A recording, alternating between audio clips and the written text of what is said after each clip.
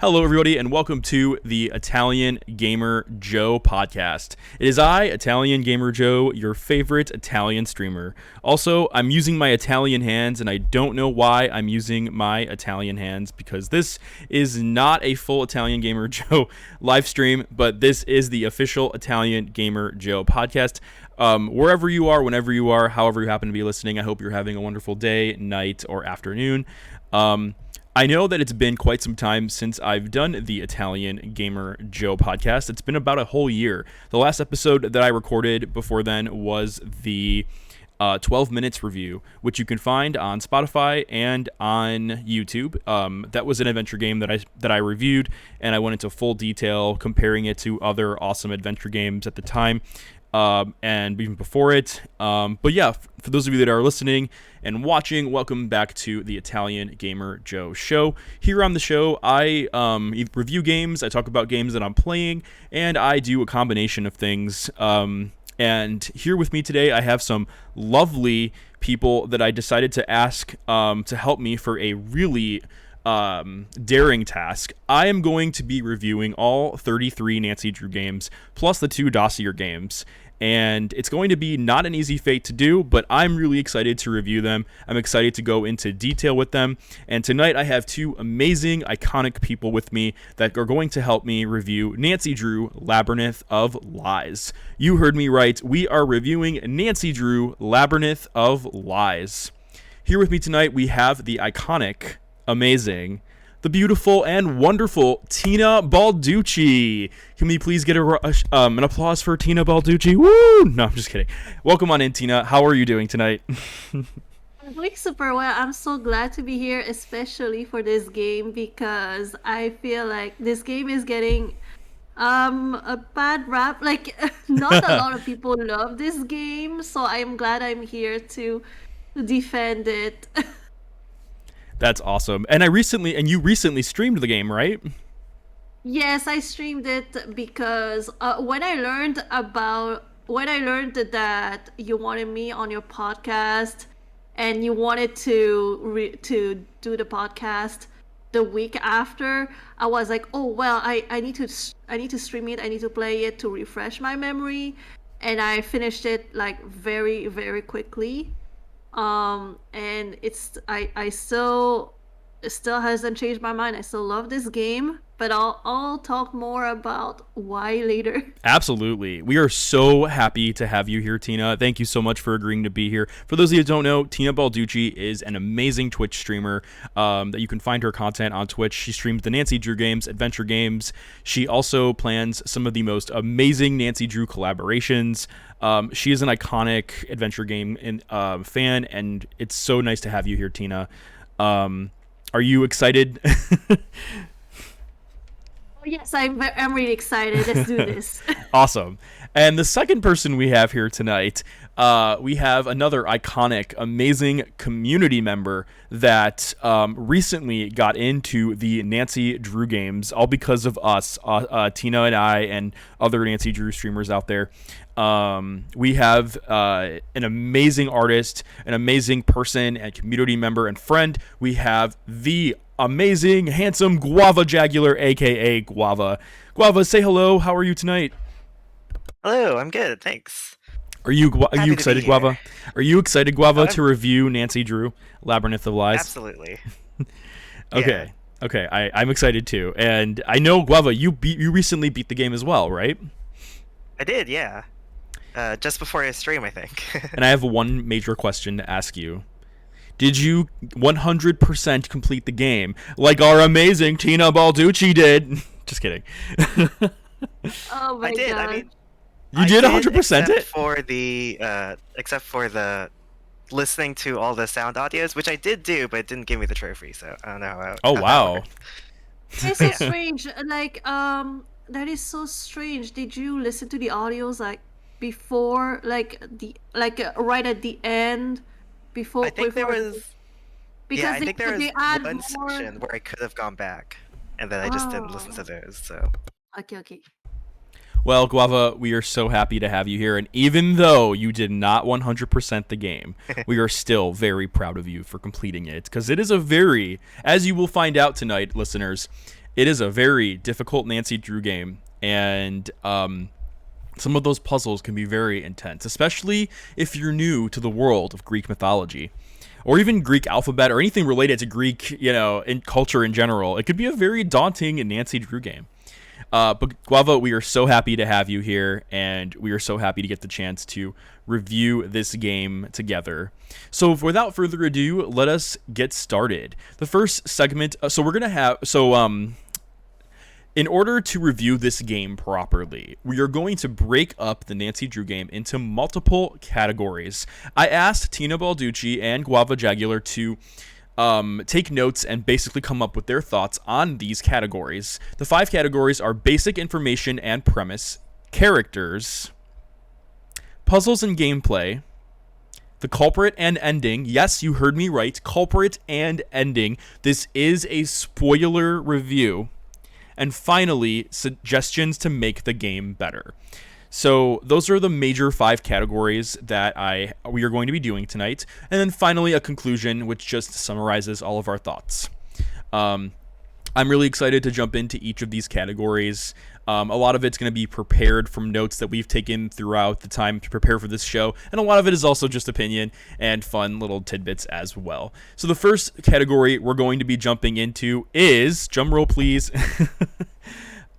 basic information and premise. So I'm just going to start real quick, and then I'm going to explain some information. Tina and Guava, feel free to jump in and correct me if I'm wrong, but I'm going to just explain some information, and then I'll go ahead and give the floor to everyone that wants to talk about it.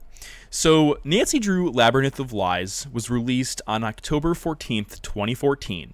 The description says, a museum curator hires you to assist the most anticipated event of the year, but artifacts from the exhibit are mysteriously disappearing.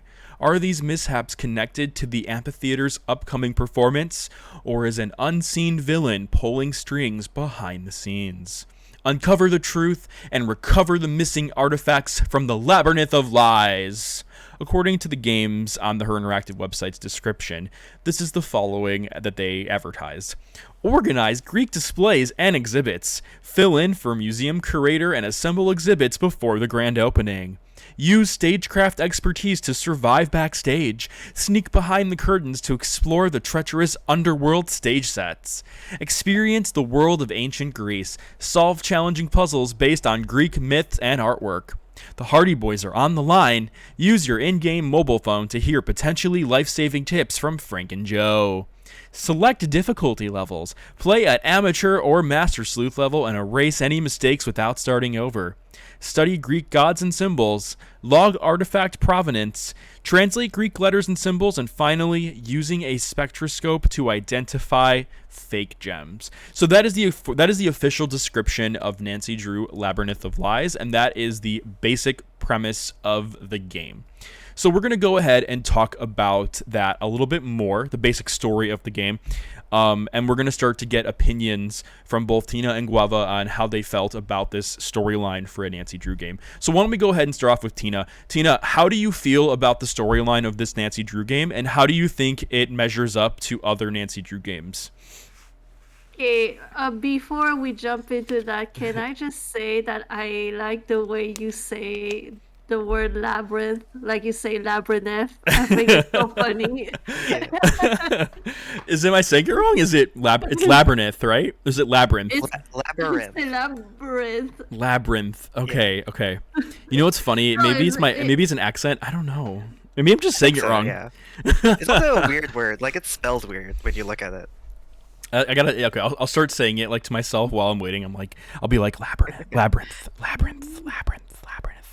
Labrador Retriever. No, I'm just kidding.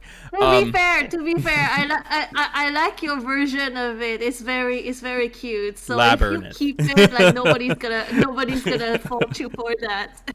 Oh, yeah. Well, they're never gonna hire me to be the next Nancy Drew voice actress.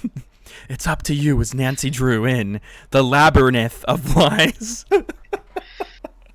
Okay, so you asked me what. So, what are your thoughts on the storyline of the game? How did you feel about the story of Nancy getting called in from a museum curator to help in Greece for the most anticipated event of the year. Like, how did you feel about Nancy kind of like walking into a mystery? Like, what was your overall thoughts of the storyline? Okay, so one question I've been asking, because she got this position as the assistant curator. I'm wondering if once again Daddy Drew pulled out the strings in order to get her a job that she's not qualified to do.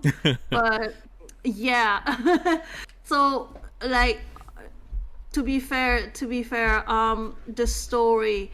I'm gonna be honest. In terms of the story, it is weak compared to the other games, especially the older ones. It's not bad. It's not bad, and on paper, it actually looks like it could work. However, in terms of the story, um it's not as strong as the other ones. I still like it. However, it is they did a good job to have a story like have it like really integrate puzzles that has to do with the location. I really love it. However, it's uh, like going to a museum yet again. Done, been there, done that before, and um having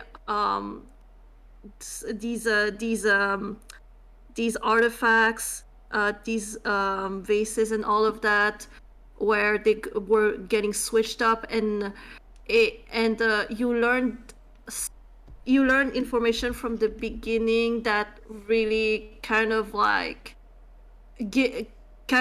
already informs you how it's gonna end.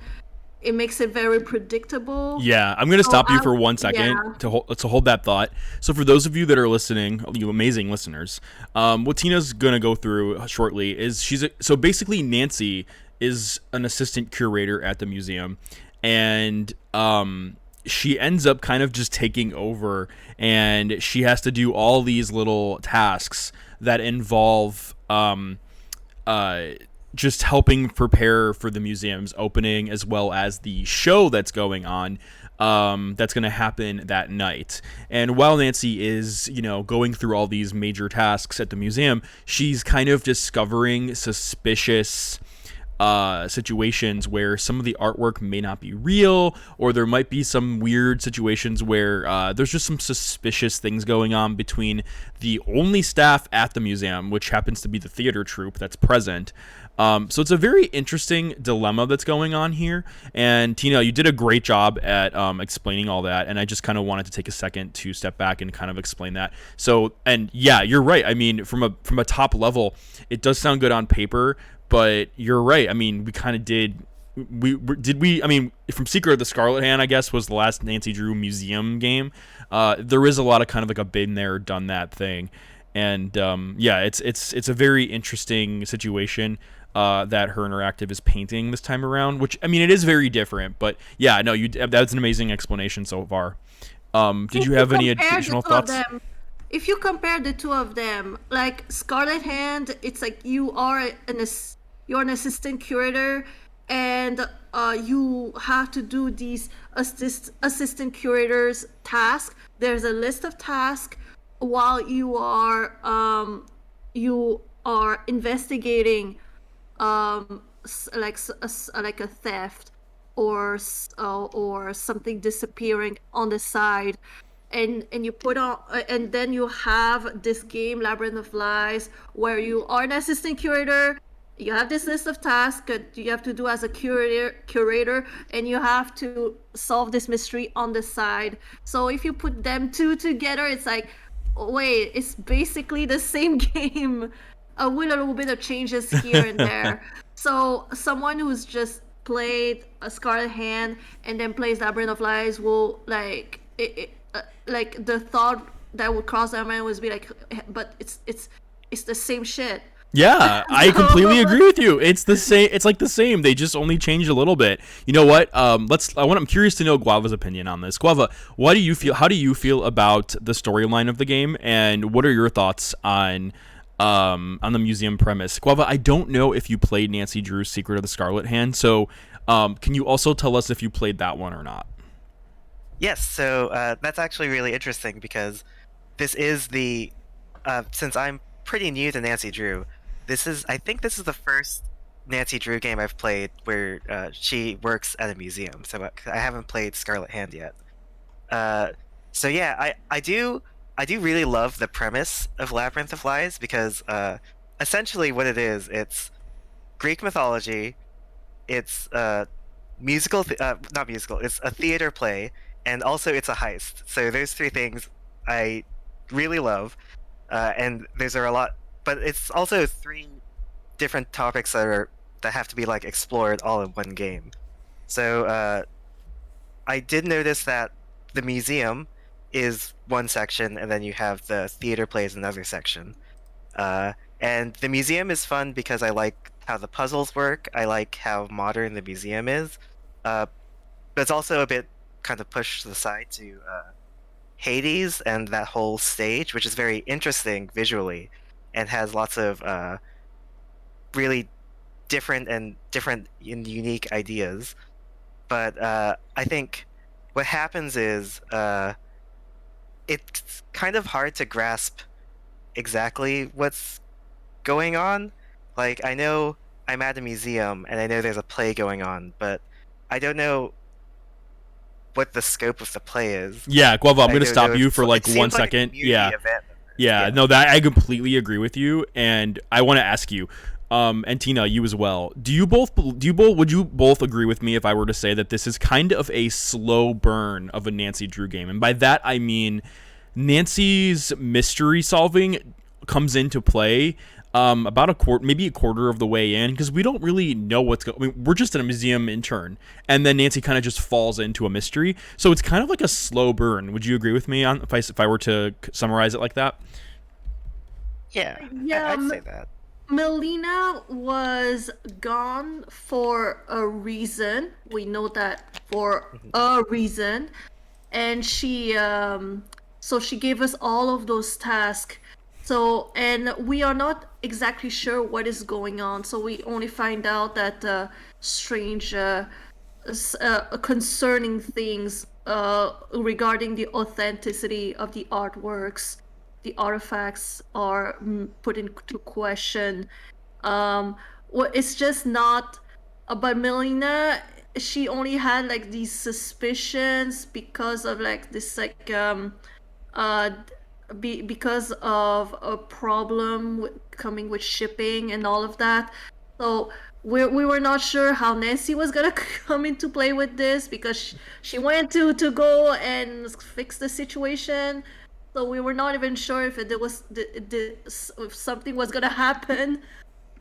So I will agree that it is a slow burn because the switching the artifacts came in later. Like it's like confirmed that there is really something fishy going on.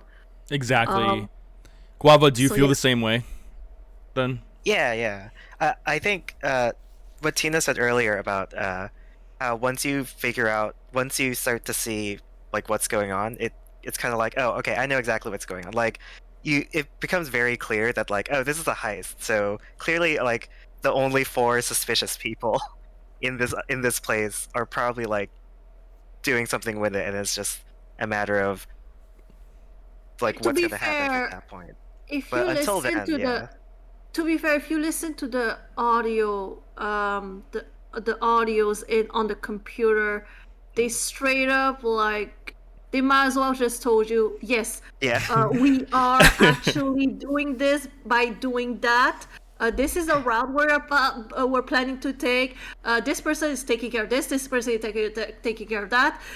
They might as well spell it out because some of these audios that I listen to, I don't exactly remember what they said, but it was like, why would you put this in? This is supposed to be a mystery. Like, why are you saying something that clearly is gonna make anybody who listens to it be like, oh yeah, it's that they are all the culprit. It's like, what is more to say? Yeah, and Her Interactive, I think they have great writers, but I agree with you, Tina. I think that sometimes they try to I feel like sometimes instead of using visuals to kind of like paint a picture, they literally spell it out for you. And sometimes it'd be nicer if they kind of like didn't do that. If they kind of like continued the suspicion and intrigue, but instead sometimes they literally just spell it out for you. They're like, oh, yep, this person's very suspicious, or this is, like, oh yeah, this is basically the mystery. This is basically the culprit. It's like, okay, well.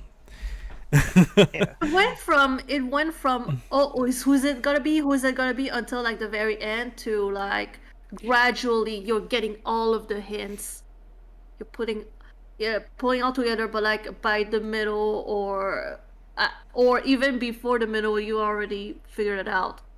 Yeah. Exactly.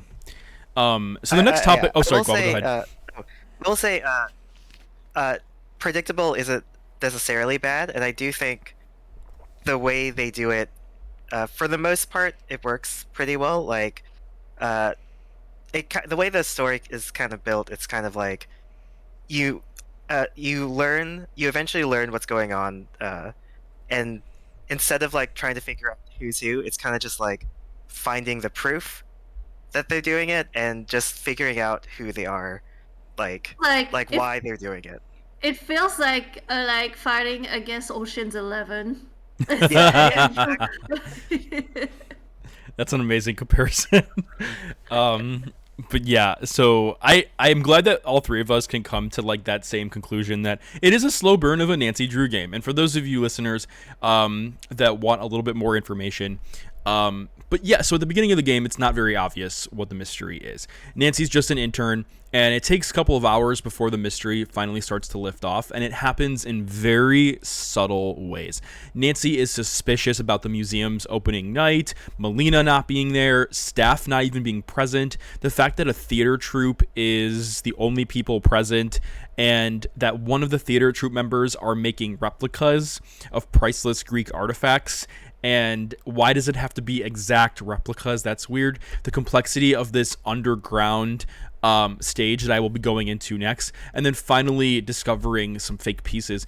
I mean, it's Nancy, like I guess we all confirmed that it's a slow burn. And Nancy, finally realizes something's horribly wrong at the second half of the game. I agree. I don't think a slow burn is bad. I think that the game does a really good job at dropping clues along the way to keep players in suspense, but there are situations where some of those clues are very obvious, and we kind of do like when games kind of like, I like when Nancy Drew games point fingers, but don't actually like, I like when that finger pointing actually is done as like a way to maybe catch you off guard and maybe make you suspicious of something else. But not have that be the actual like culprit. So, but going into something else, I also want to go into the storyline regarding the underground world or the underground set. So at the beginning of the game, Nancy doesn't have access to this set yet, but she will eventually get access to it. And what it is that it's an underground set that Nancy can travel to. What this set is that it's supposed to be a circular set of rotating stages. And these stages will rise up, and the theater troupe will act on these stages. Well, sorry, what was that, Tina? Okay. No, go ahead. Okay, finish it. You're good. Okay, so Nancy will have to go up. We'll have to basically go up and down, and between the overworld, which is the museum, and the stage area, and then underground into the underworld, which is basically all of these underground stage areas, and essentially what is the basement of the museum, in order to solve the mystery. It's very complex. It's a very ominous world between the underworld and then more like light, like overworld, and it's a very interesting. It's a really interesting way that Her Interactive and Nancy that like interwoven this part of the game into it and how they kind of like built up all this to go into the underworld. But what I'm curious to know more about is Tina and Guava's opinions on this. So starting with Tina, how did you feel about the underworld? How did you feel about Nancy not having access to it at first and then finally getting access to it? Like, what are your overall thoughts on that whole underworld set? Okay, this is where I was really excited to talk about the setting, the environment, because this is the point where people are like, either I love it or I'm like, this doesn't make any sense. It makes them stumble. Yeah. This is the point of reach where you're like, either fuck it, let's just go with the flow, let's just go with it, or and have fun with it. And like, you're pulling my leg right now because you have this museum. I'm not even sure about, I mean, it is a museum, but they don't come across as this museum that has a ton of resources, that has a ton of like money and all of that. But they have this whole set, like, just they have a a room where there's actual lava. I don't know, or something more like it's or not lava, but like something that could kill you. They have all of this underworld, and they make it. It's not something. It's not like it's even supposed to be something that stays like this, but like it rotates. It's like a rotating stage, and I'm like, okay, so personally, I love it. Personally, I'm in the mentality like, fuck it, I'm just going with it. But I can understand why it would make some people be like, that doesn't make any sense. Like, I love the setting. I love the setting. I love the stage. I love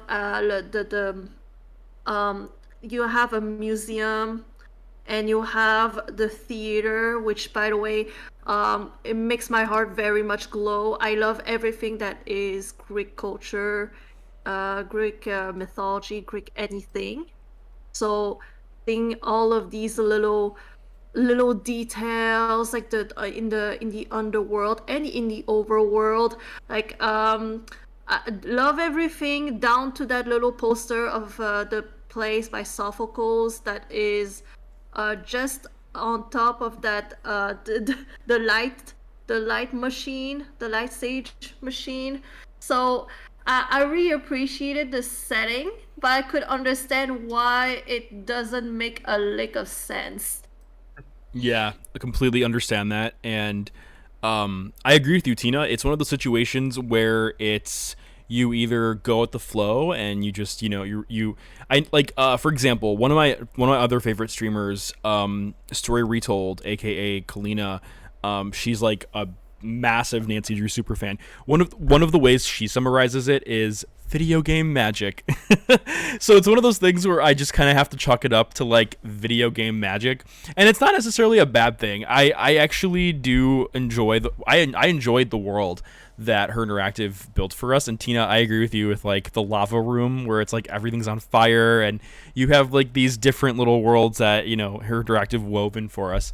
And you do kind of have to suspend your disbelief a little bit in order to maybe enjoy the game. Guava, I'm curious to know your opinion. How did you feel about the underworld, the sets, and are you on the bandwagon of suspending your disbelief and enjoying the underworld, or did you have a more critical view on the underworld? Do you think that something could have been done better? What are your thoughts? Yeah, so 100%.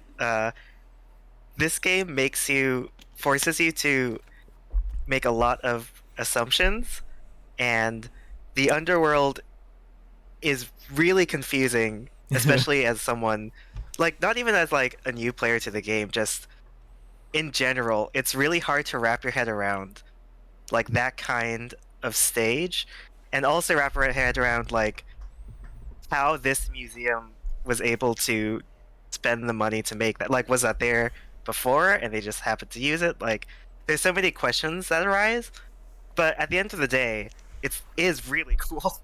So I feel like there's stuff with the framing that they could have done to make it to like kind of ease your way into it, especially since Nancy is new to all this. But when she like sees like the stage and stuff, there's no moment of like, wow, this is really weird, isn't it? Like, wow, like they put so much work into this. It's just kind of like, oh, cool. Anyway, onwards. And so you're the only person as the player just saw like, what is going on? I thought the museum needed money, or like how does the water be? Like so many questions are really, and you really have to like work to kind of like put that down, because the area itself is really cool, and I think definitely worthy of like being the set piece of the game. Yeah, you gotta cause if you think about it, if they didn't have this underworld, these stages underworld, um like the game wouldn't be as memorable. Like I feel like the setting is where it makes the game stand out the most. Like when someone thinks about Labyrinth of Lies, they will automatically think about, oh yeah, that place where there was actual burning lava. Oh, I remember that. It's that one game where there's like it's really cold underground, underworld. But if there wasn't that, like I feel like the game wouldn't feel as, it wouldn't stand out compared to all the others, especially with a game like Scarlet Hand that has all the set pieces inside of their museum. So if that game didn't have cool stuff like Scarlet Hand, then people wouldn't be as attracted to this game. And Tina, you pose a very, very, very effective point there, and I'm gonna use a real life example to illustrate my next question. So in Chicago, we have the Museum of Science and Industry, which is this gorgeous museum. And what makes the museum so gorgeous is that they have these interactive areas that make the museum more fun and more exciting to go through. And these interactive areas are very similar to like Nancy Drew's Secret of the Scarlet Hand, where everything is very interactive. It's great for families and kids. Do you think that the plot would have been better if, and Guava, you too as well, do you think the plot would have been better if maybe that underground set was more incorporated with the museum and it wasn't really an underground, it was more of just an interactive museum that was just state of the art? Do you think the game would have been better if they did something like that? Instead of making it a full underground set instead? Ooh, I'm torn on this because, on the one hand, that's what I assumed when I was first playing it. So I think it's a lot easier for somebody to imagine like a big set in like a museum. Like especially since you're walking through this set. Like that's something as like they built up to like show off their exhibit. I think that's a lot easier to like go on board to. But I do like the play, like the idea of like having a play. It's just that you don't actually see much of the play anyway. Yeah, No, yeah. absolutely. Tina, did you have any thoughts? I honestly, I cannot make this kind of guess because It would change the whole game around. I mean, it really would. Yeah. yeah, it's honestly, as long as there is this moment of like just digging deeper and deeper, like because when you go in underground, like you go on that platform and you go down, and then you first are introduced to Charon and the three-headed dogs, Cerberus, and then you complete a puzzle to go to the next room, and you just keep doing it. Fight, like the rooms are different, you just keep going. It feels like you're going way down, more down, more down, like towards the center of the earth, or hell, basically. You're like just, so it feels like you're going deeper and deeper. So I don't know how it would feel if it was like part of the museum, instead of like unless you're like, it's there's a stair that you goes under, but it felt that's the feel that they gave us when we went on that Agreed. platform. You're right. Yeah, I Yeah, completely thematically, agree with you. going down in the lift is like fits really well, and like because like what I thought is, well, what I thought was also wild, but like they had those sets made for the play, and then I guess they would either move it to the museum or you just have the people go onto the lift to see the sets. I don't even know, but I do think, yeah, you're right. The act of going down in the lift is very strong. Absolutely. Well, yeah. So so other than the lift and the underworld and everything, that pretty much summarizes the basic premise of Nancy Drew Labyrinth of Lies.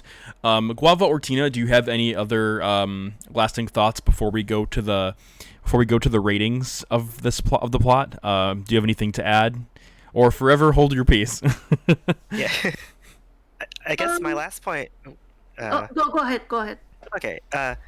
So my last point really is just I really like that it took the story that they took was the myth of Persephone, because Persephone, her story with Hades is very iconic for one, and also just it's the idea of like the two different worlds colliding is just a very strong story, and I love like the characters in it, and it's just really cool to like see that being like played out in this Nancy Drew story.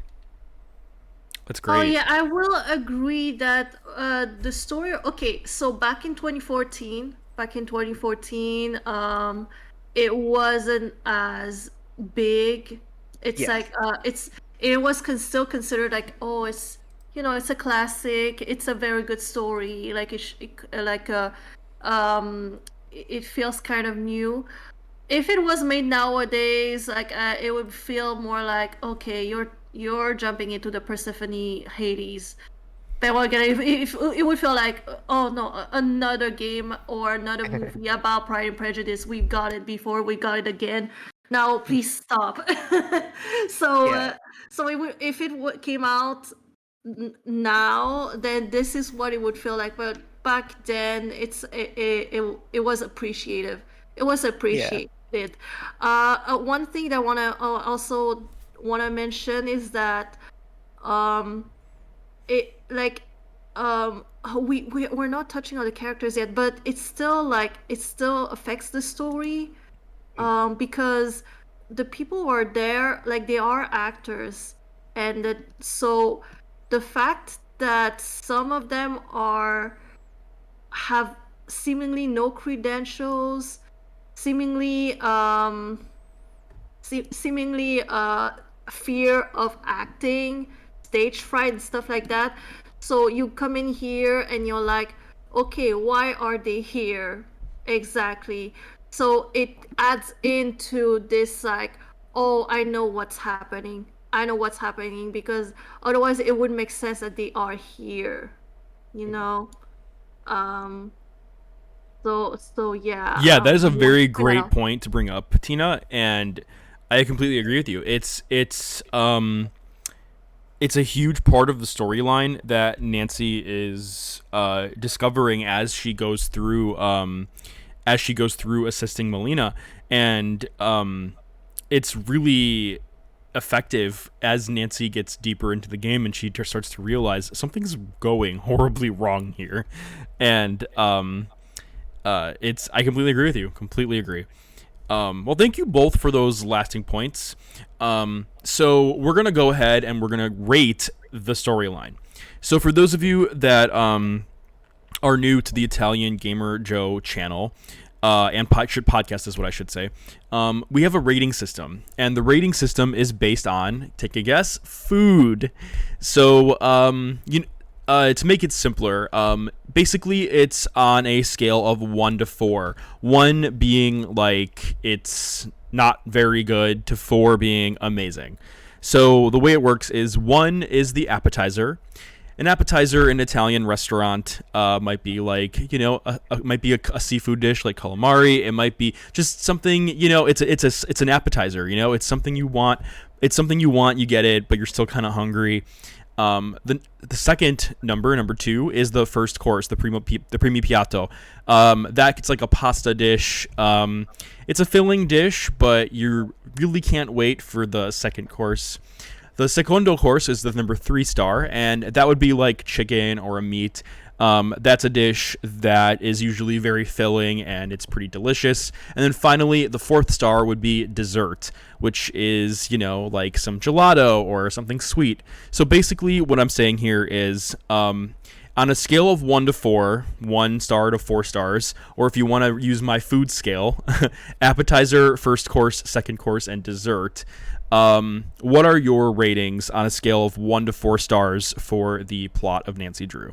Why did you have to bring in food? Like, that's kind of rude.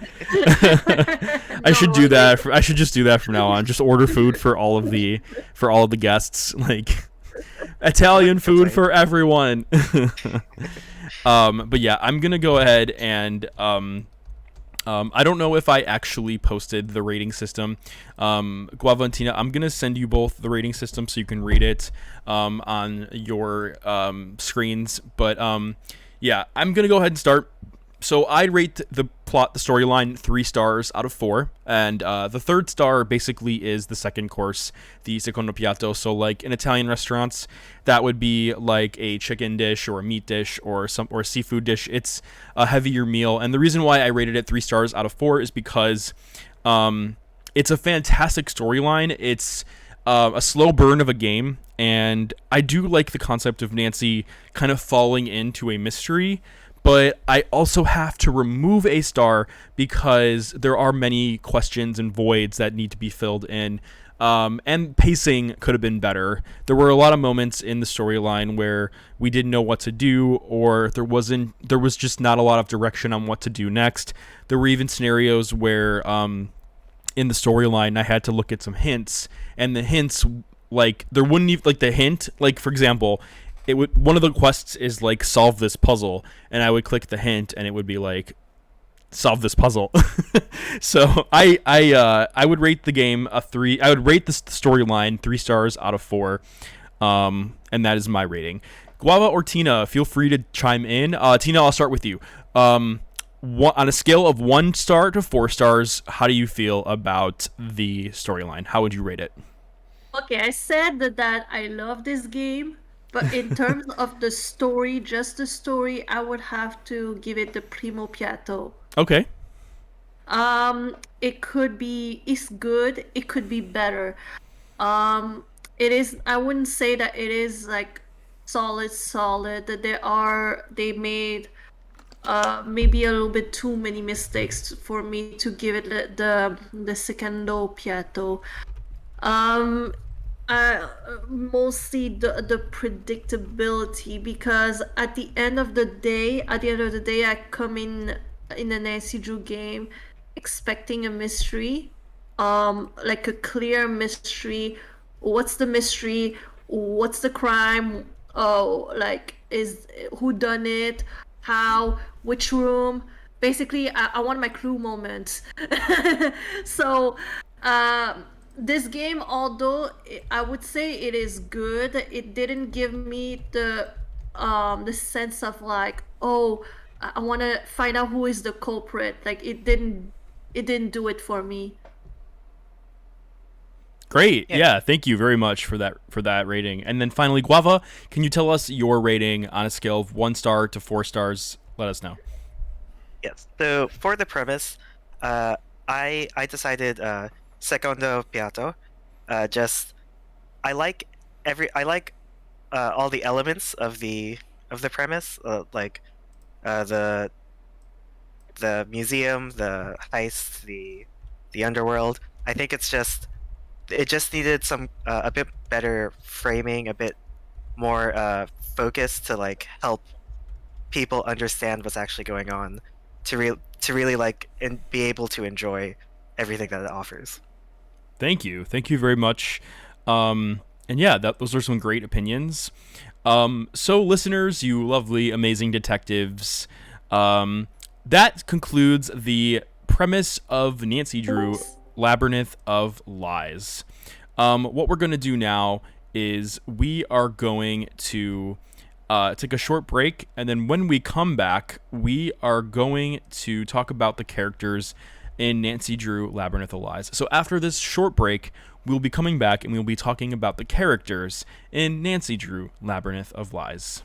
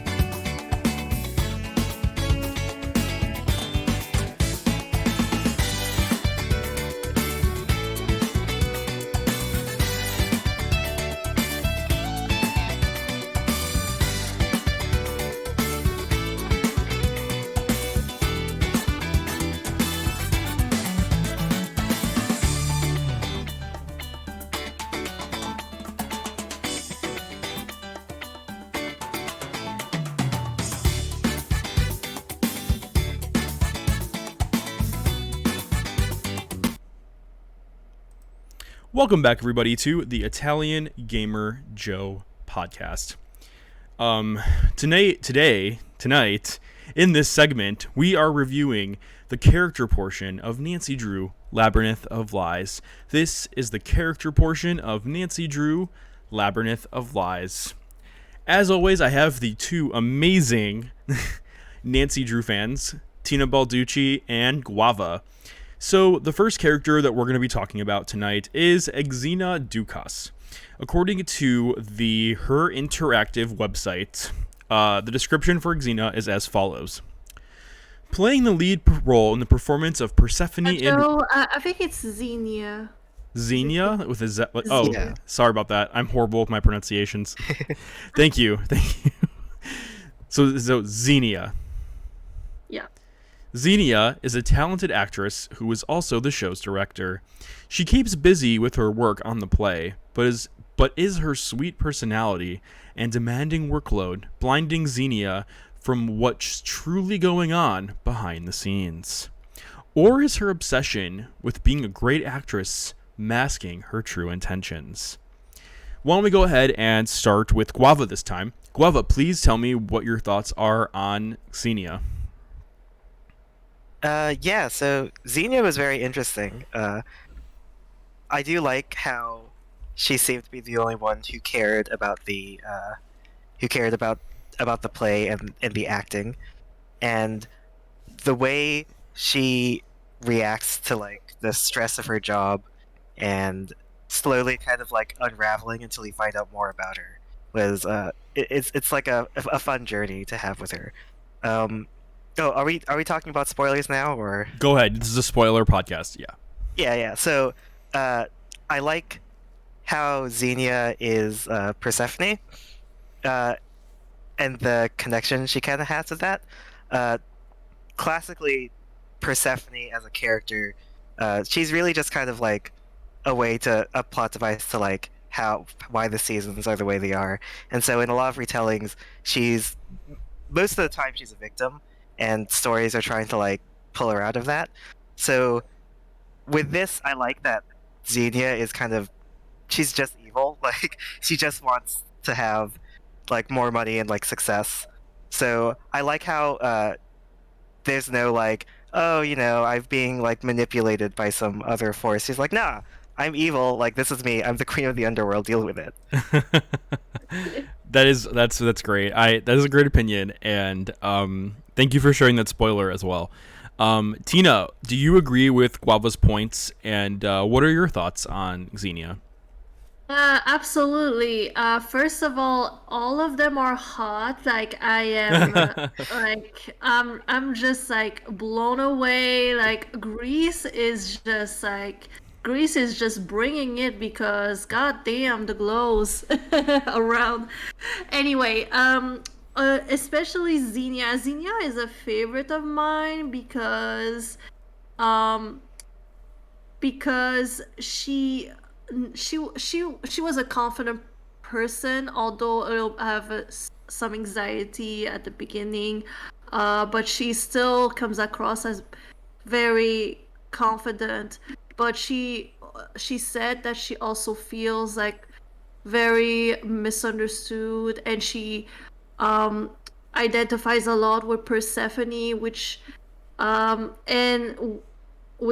the way, I find it funny that she said that, well, a good director never cast himself or herself as the main character, and I'm like, if you know anything about Greek theater, you would know that it actually is normal in Greek theater.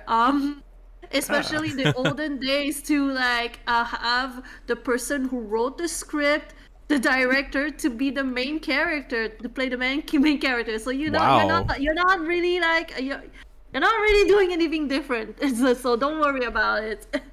So I really appreciate her character, like where she really comes across as this leader, up until the end where she had this beautiful dress, like she's a queen and she's commanding, and she was on this throne at the end while Nancy is like attached, and and she explains to her how she was Persephone. She was like this innocent girl, and then she came to the underworld and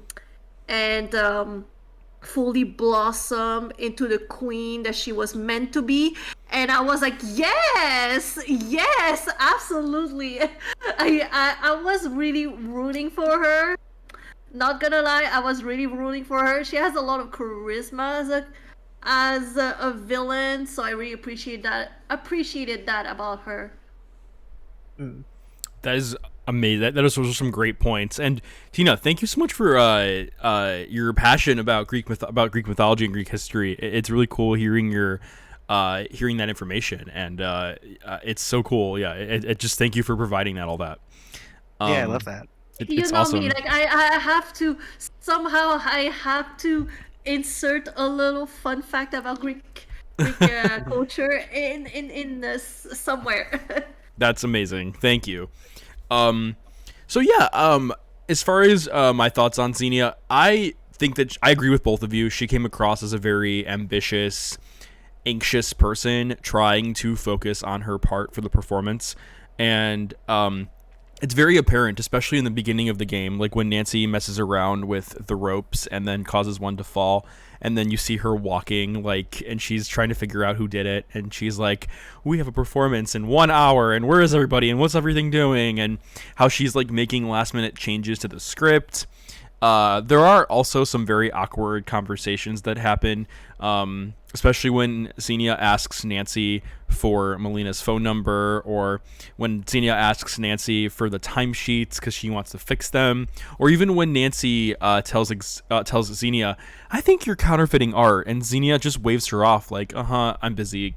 Let me get back to work." Like, very interesting conversations you can have. Her passion for performance is also very exaggeratedly a lot, and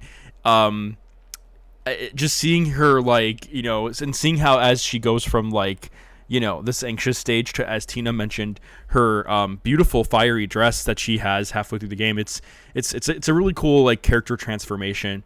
I think that Xenia is a very entertaining character, and I think that her passion makes her both an entertaining character and also very suspicious as well. And overall, I just fantastic character.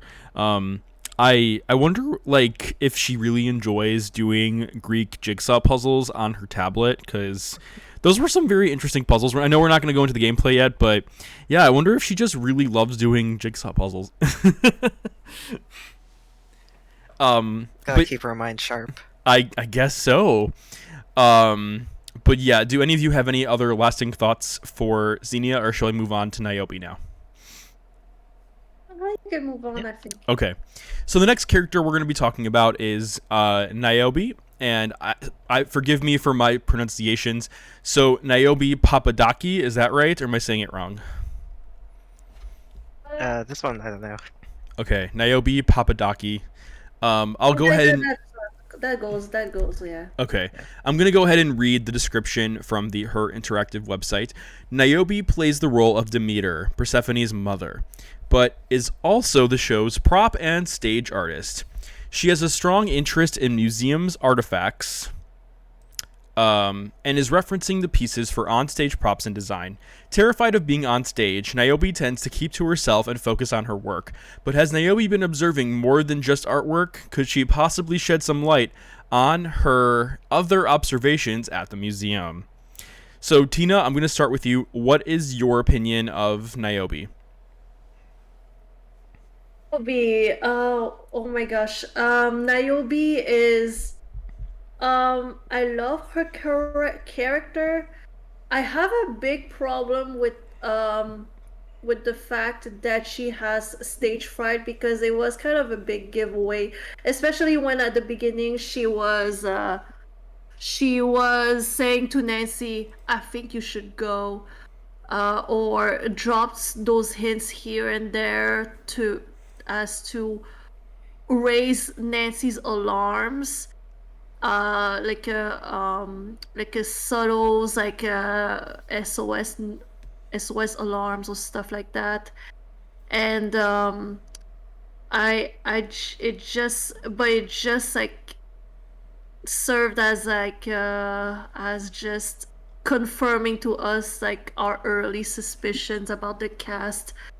And but I will say this though, that it's, as a character, I still like her. I still like her. She has some depth to her, especially when you consider artists in general, and how they see their arts, how they see themselves.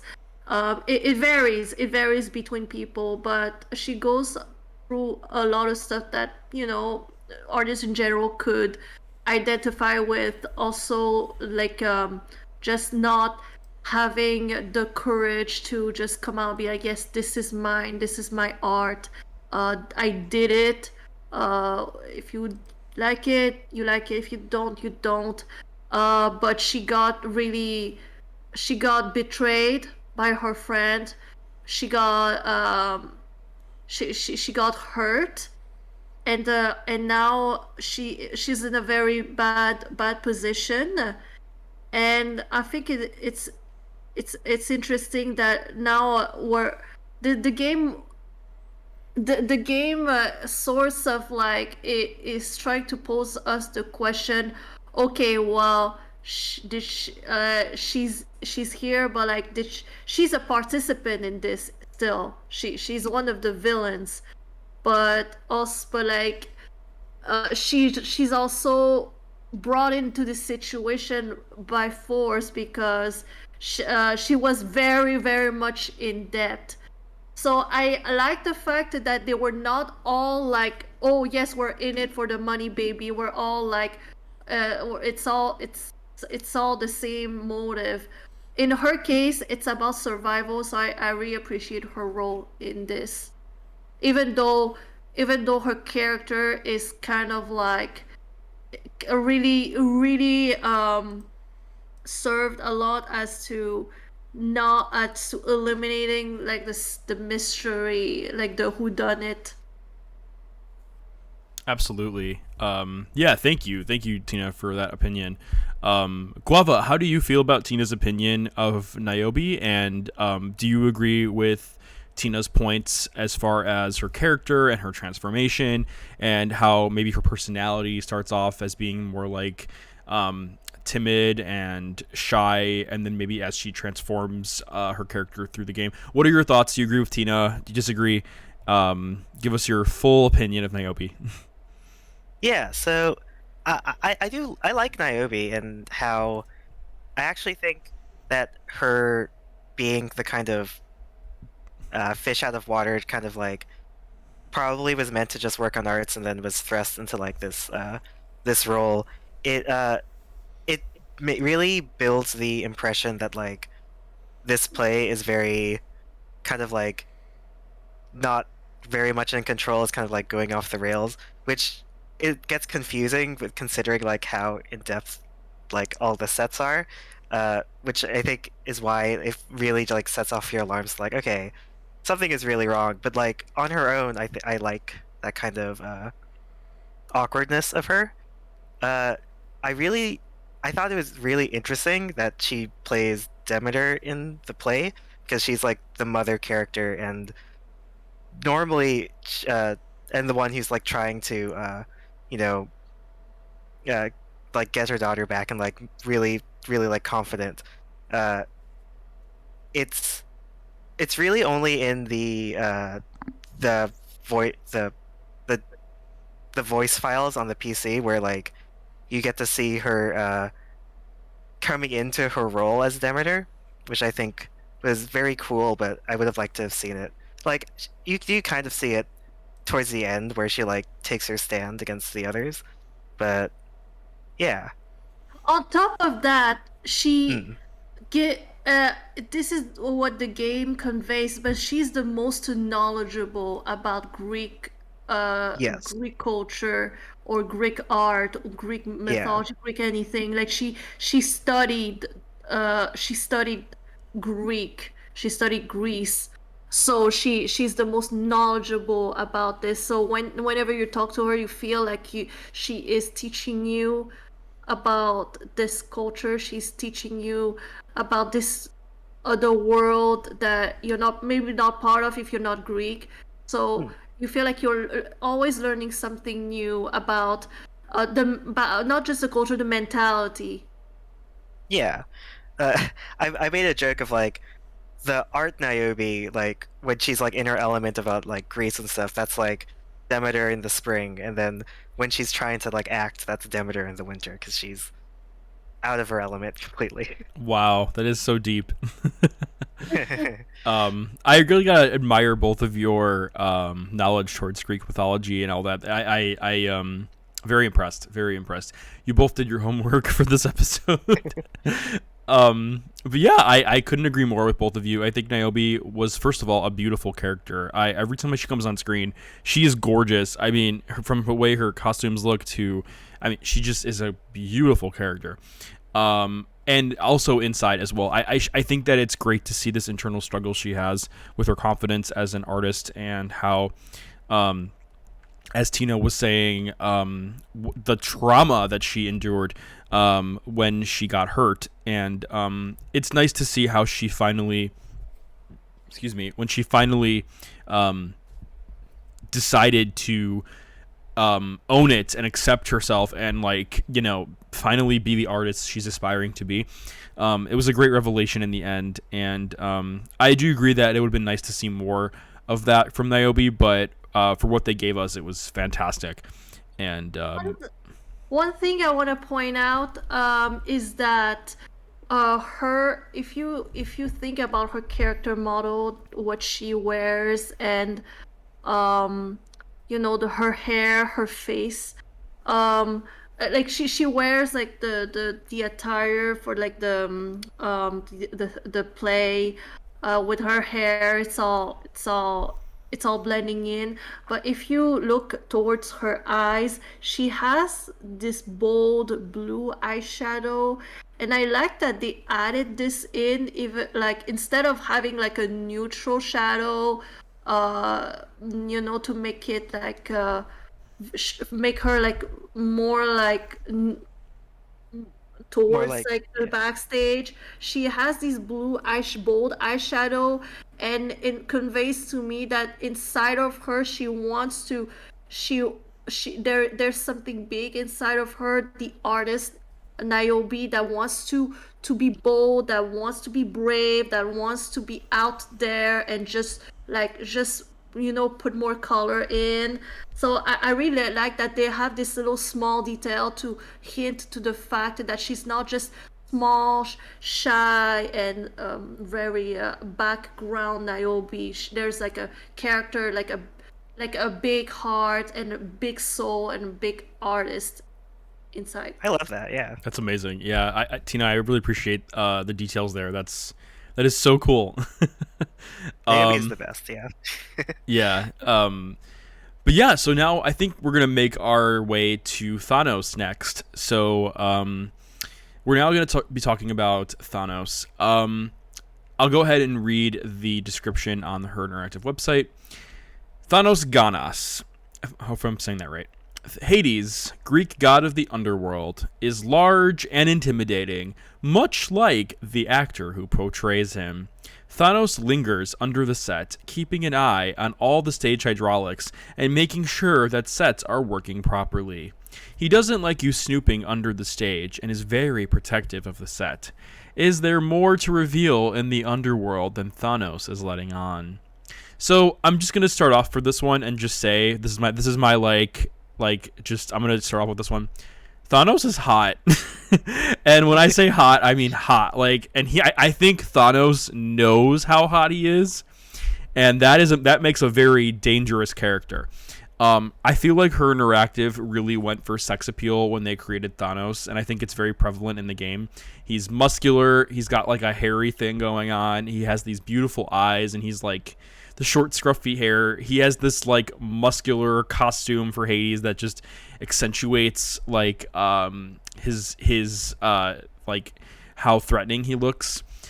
it's kind of funny too, because whenever I think of Hades, I think of the ugly Hades from Disney's Hercules. Like, I think of that villain. And now I think of Thanos from Nancy Drew, like this, really good looking person that's like super muscular. I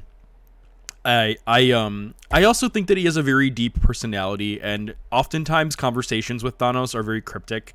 And it was very interesting talking to him. Sometimes I got the sense that his bark was sometimes bigger than his bite, but a lot of the Thanos' backstory is just like, is it true or is it not? And we really don't know. Like, Nancy does ask some really ballsy questions, like, did you kill anyone? And he's like, maybe. But Thanos also uses scare tactics like verbal aggression. But I don't think there was ever a time where he did anything violent in the game. Specifically that was on camera. A lot of the scary stuff was kind of off camera, but even then, like, I feel like this was a scenario where maybe he was just like the big bronze, but maybe not as brawny as we think he is. I mean, I don't know, but I do want to go into your opinions. Let's go ahead and start with Tina. Tina, what is your opinion on Thanos? First of all, I had no idea that he was down there to check the hydraulics and make sure everything was running. I always thought he was just hanging out there because it's his favorite room. So really, so he had a purpose. I honestly, Thanos is, I will agree that he's hot. However, I will also say this might be controversial here in this group, but he's also the least interesting character of the cast. He's very cliche. Not that it's necessarily a bad thing, but it's like he was really the opposite of subtle, and I don't know, it just I wasn't really impressed. I was like, okay, well, if he is not part of this, I would seriously be concerned. I would seriously be concerned about what is he doing here. He doesn't, because really never really struck me as anything like an actor. Like Niobe, like, never really struck me as someone who'd be willingly be in a play, even if he claims something like being a method actor. It's like, I don't know, it's something that I'm like, oh yeah, he's definitely part of it. And the fact that the Hardy Boys kind of confirmed that he is dangerous, he did this and that, it really so it kind of really made him just the most suspect out of them. And I wanted to believe that, okay, well, the game, they're not gonna make him the most suspect person. The suspect. Well, they turned out to be all involved in it. Like, we all find out like pretty early on. So his role here, I was like, okay, well, I mean, you're just grunting, you're just saying some cryptic stuff, you're not really giving me anything, and nothing really interesting about Thanos. Sorry for this take, sorry for the Thanos lovers, but compared to the other three, he's the weakest. Thank you. Yeah, thank you for that opinion. And I want to move the spotlight over to Guava. And let's see, Guava, do you agree with Tina on her opinion regarding Thanos, or do you have a differing opinion? Yeah, so I do agree. Thanos is very much the character that you first peg him for when you first meet him, which I think is why he's like the last person you meet once you get into the into the underworld. Uh, he is. I will say he's interesting in the way that as like the Hades character, uh, there's a few moments within the game where he either like gets a little bit poetic or he's very matter of fact about like what he does, where you feel like you're kind of led to believe that maybe there's like something else going on with him. I think in the end, Gregor has a lot of interesting character that just isn't really delved into in this game, especially since he escapes at the end. Uh, he is very hot, but I have to say it's kind of hard in the beginning to like really get at what he is until he starts like kind of talking candidly about like just yeah, it's very interesting how like he candidly talks about like yeah, he used to be in the mafia, did all that stuff, and it kind of like leads you into a direction where maybe like he's not who he says he is. Uh, and I think the reveal of like, oh, he is bad, but he's just not like the biggest bad. It's not like an exciting reveal exactly, but uh, as a whole, like I like the character that he is, and I would like to see more of like his character, honestly. Great. Yeah, that's a great opinion, and yeah, Tina, I think you posed a very very great contention point as far as Thanos goes, and I also have to agree with Guava as well that having it be set up that he wasn't the biggest bad, that it was actually, what was it, Xena that was the biggest bad of the game, was it almost gave me the impression that maybe Thanos is just like the bodyguard or the muscle, in case like something happens, and that was pretty much my interpretation of Thanos by the end of the game. Does anybody else have any lasting points they'd like to make about Thanos before we move on to Gregor, or should we move on to Gregor? Yeah. Good. Okay. Is it Gregor or Grigor? Grigor. I don't know. I say Grigor, just because it sounds like. I mean, I've been saying Gregor, Gregor. but Okay. to be honest, also French Canadian. I don't know how anything works. All right, we'll get started with Grigor then, or Gregor. So his name is Gregor Karakinos, and I'll go ahead and continue reading the descriptions on the Her Interactive website. Cast as Hermes, the messenger, Gregor is also the stage manager and technician for the play. He works backstage with the lights, lifts, and other various stage assets. Charming and talkative, Gregor seems to know everyone and everything that's going on. He may be helpful for picking up interesting information, but is he holding anything back? Guava on the scene of the game, right now on the set, right next to Gregor. Tell us your opinion of him. Yes. Gregor is a character type that I don't really like all that much. He's just a bit too extra for me, especially if you have to watch all of like the audio stuff. And it's a lot of fun, like seeing all the different accents he makes. But it's also just like, yeah, okay, I know who you are. But where he does really shine though is in his backstory, just like where you slowly find out like he was like an orphan who found himself at like a theater troupe, I guess, with like a mentor, and like he learns how to like to get by on his own. Uh, I think that part of his character is really interesting. And then I do think he's a very fun character. He's horrible at like security with his tablet. He really needs to get off that. But yeah, and just like I don't know much about the god Hermes and like the role in the story, but I do think it very much fits as like he at the end of the day he's just like a tool being used by the other parties to not really stuck in this like heist, like not out of his own will, and just trying to like do what he can to like survive the ordeal. That is a very great point. Tina, how do you feel about Guava's points? Do you agree, disagree, and what are your thoughts? Wait, I missed the part because I was confused about how Grigor got involved with the gang. I'm not sure.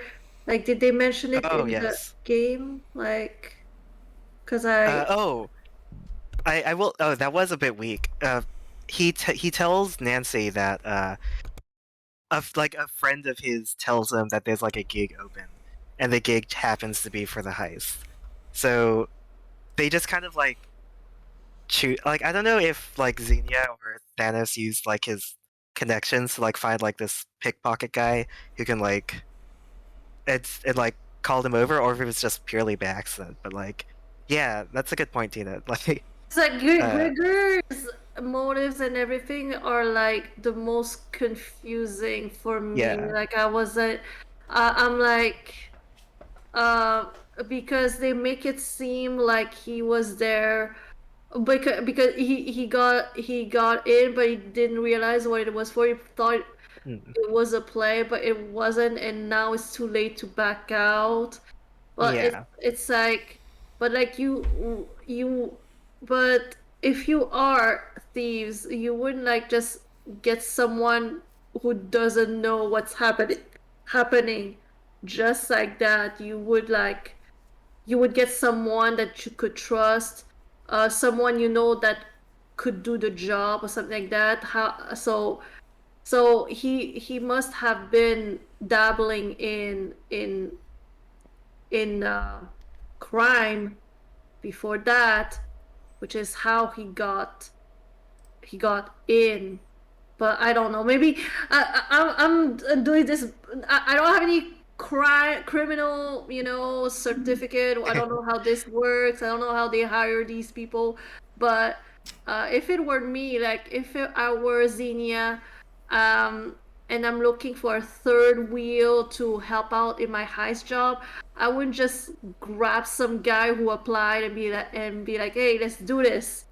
I mm. so um so Grigor, I don't know if Grigor is as innocent as he really wants us to believe.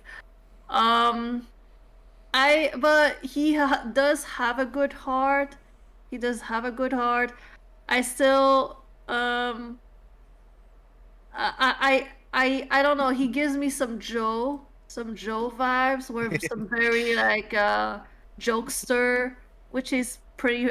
It's very Hermes. It's very Hermes of him. It is very, yeah. Yeah, I find it very funny that all of the characters, the actors seem to share some characteristics with their roles, but I really appreciate his role in this, his character. I really like empathize with him. Um, empathize where he's coming from. His humble beginnings, his big dreams. It's like wanting to break out of the cycle. So I really appreciate that. The fact that he took on the name of the person who found him and saved him. Um and Also the fact that there was this moment when Nancy was like, well, if you got nothing to hide, I'm sure everything's gonna be fine. I was like, Nancy, like, you're a middle class, like, white girl, like, with like a lawyer as a daddy. This man has nothing. Like, leave it. What you may have like ruined his life for nothing. So so um I I really connect with his character, and I liked also that the letter that he left at the end, about pointing out to Xenia and that Thanos, I thought was really funny. He added the little bit of humor that every play, there's always like they always like have this little bit of humor, just not to bum too much. So I like his role here as to bringing a little bit of humor in this. Yeah.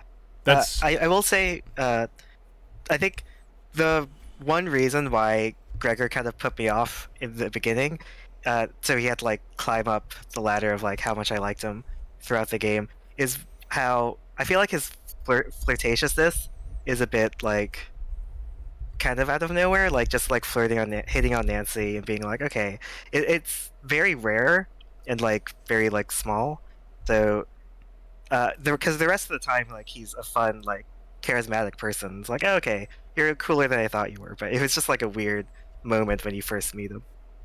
Yeah. Wait, how old is he? He does give me because Nancy is like 18. How old is he? If he's like more than like 20s, 30s is what it says. So 20. maybe he's in like 20s. Okay.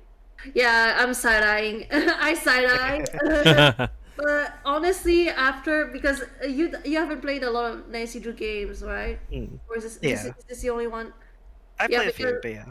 Yeah, because like there are worse. They were worse. So which is why I'm not too shaken by Gregor's flirt with Nancy because Yeah. And once you get to know him, it's like, okay, I know, I understand now.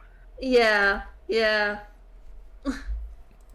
these are great opinions on Gregor. I'm gonna go ahead and jump into mine because it's kind of similar to yours. I think he was a sweetheart. I thought his character was very interesting because, as charming as he was, there was also a lot of mystery to him.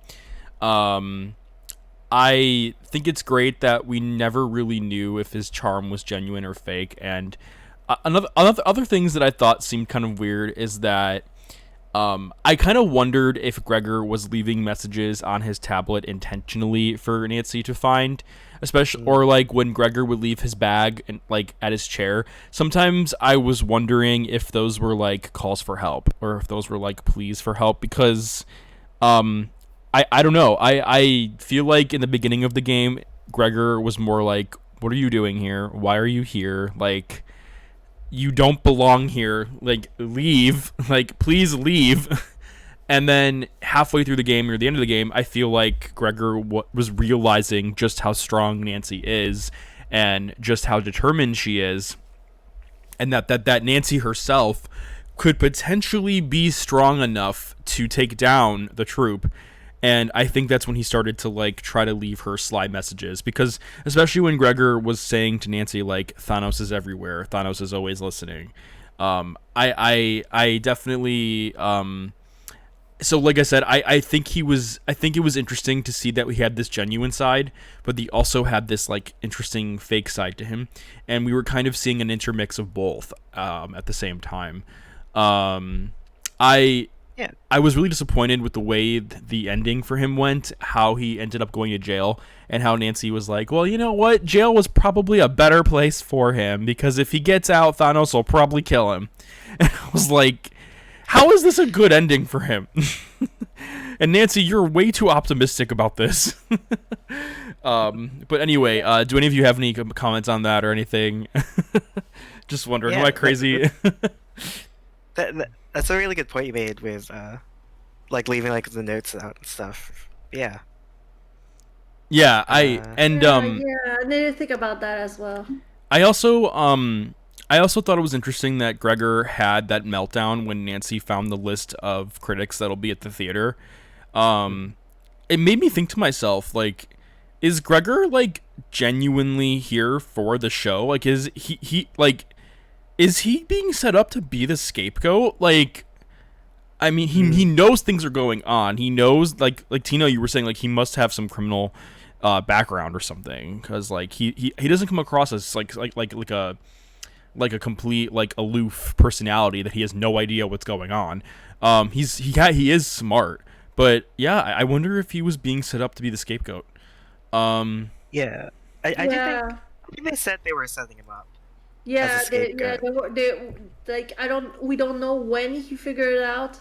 Yeah. But they were gonna, like, if things had gone south and he needed someone to put this on. Yeah, he was gonna be Yeah. the scapegoat. Okay. Yeah, I had a feeling that was what was going on. At least in my interpretation. But yeah, thank you for both on your opinions of Gregor. We're now going to move on to characters that are in the game but not physically present in the game. The first character that we're going to be talking about is Melina, and the second character we'll be talking about, or I guess two characters we'll be talking about, is Frank and Joe Hardy. So we're going to start with Melina Rossi. Again, I'll start with the description. The curator of the museum, Melina Rossi, has called you in to assist with the exhibit in time for the grand opening of the upcoming play. Her museum staff are mysteriously abandoning their roles. However, Melina is undeterred and will do whatever it takes to hunt down the truth. No one is closer to the artifacts than Melina, but could she be hiding her true involvement in the missing exhibit pieces? So, I'm going to start with Tina. Tina, what are your thoughts on Melina as a phone call character? Honestly, though, Melina was here and there, and that's about it.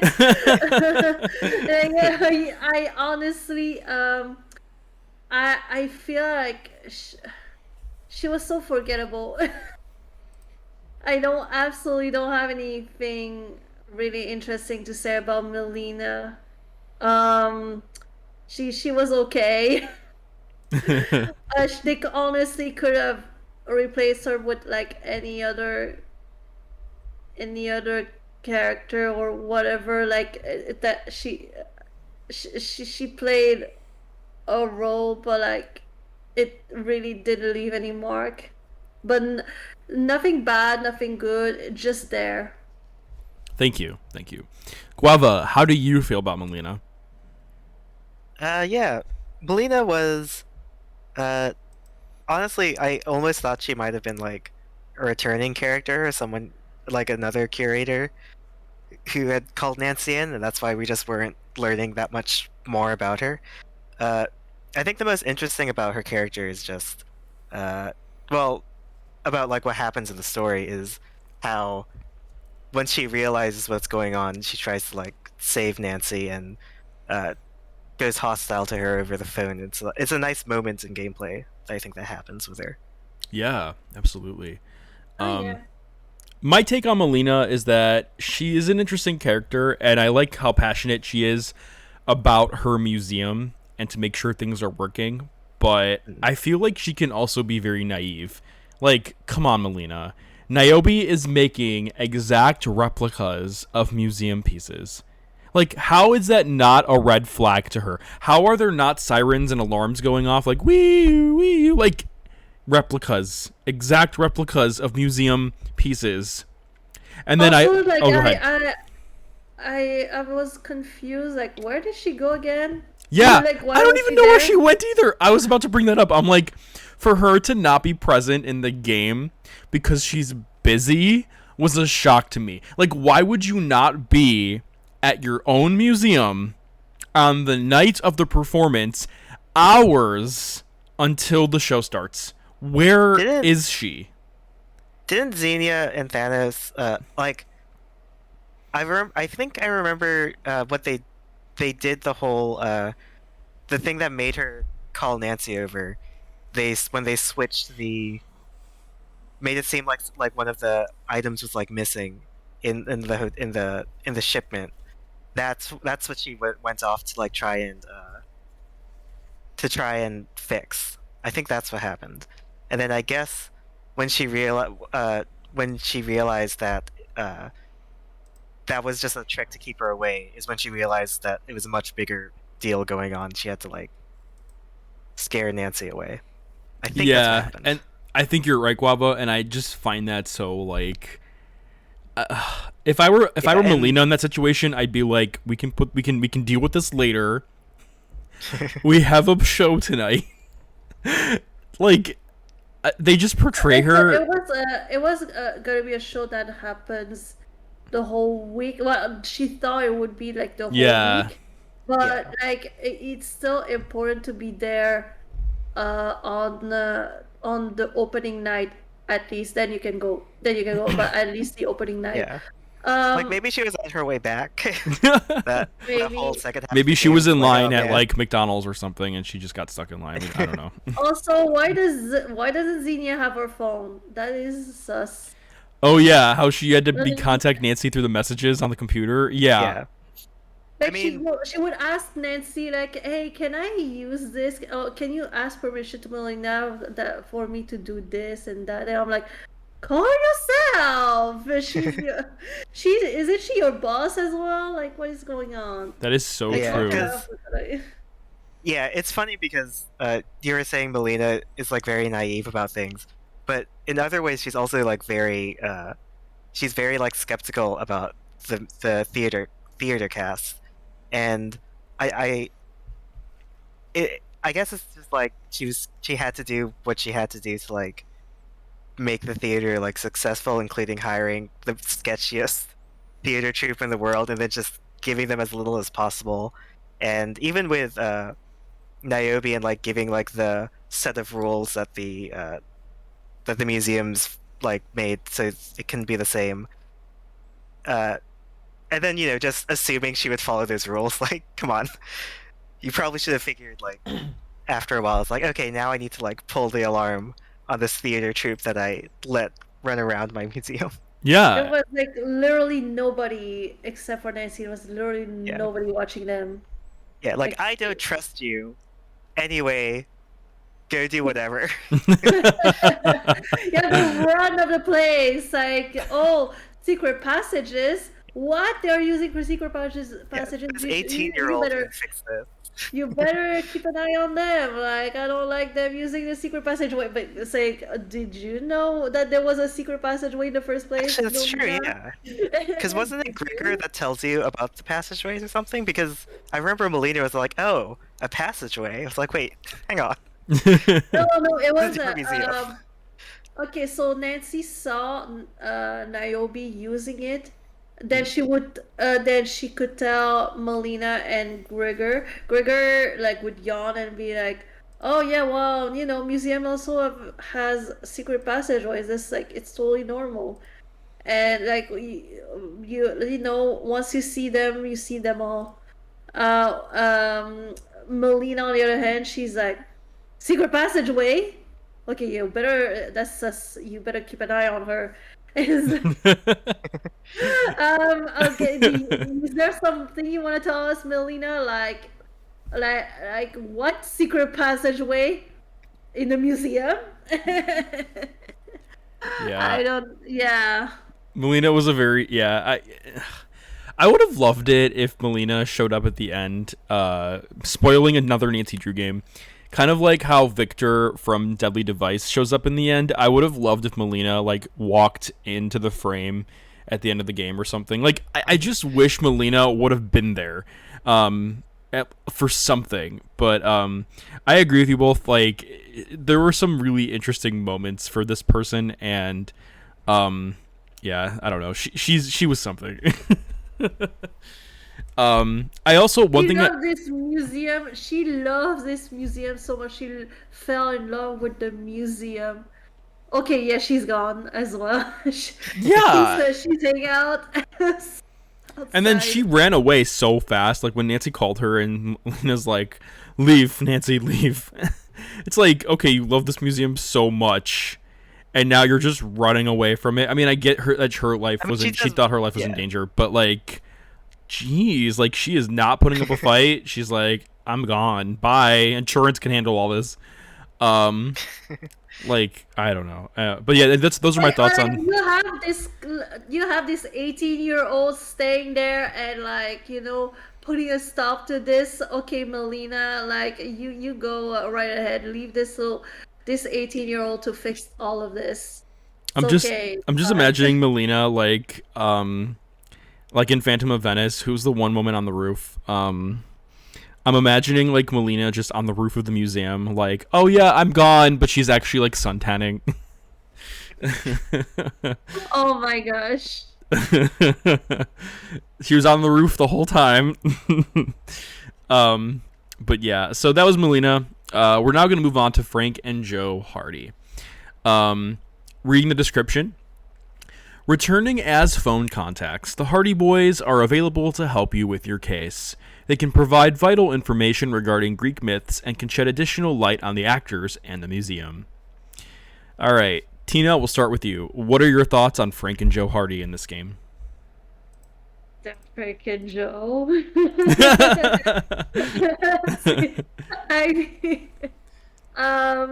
Sykes asking, what are your thoughts on Nancy? They are good old Frank and Joe. I will say this though, it was really fun talking to them in this game, especially to Joe. He seemed really like really passionate about Greek art. Didn't expect that from him, like being this knowledgeable about what happened. But happened to Niobe. I was like, you know Niobe? Like, didn't she do this and that? And then he seemed very knowledgeable about what happened, the gods in the Greek art world.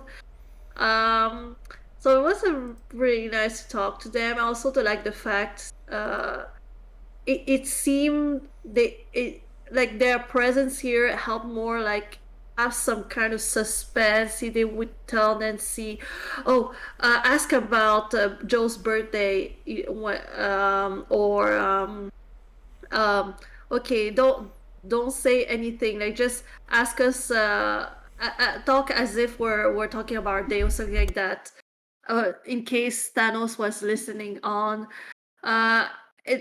Those were the little stuff that makes the conversations a little bit more interesting, so I really appreciated that. But yeah, and also I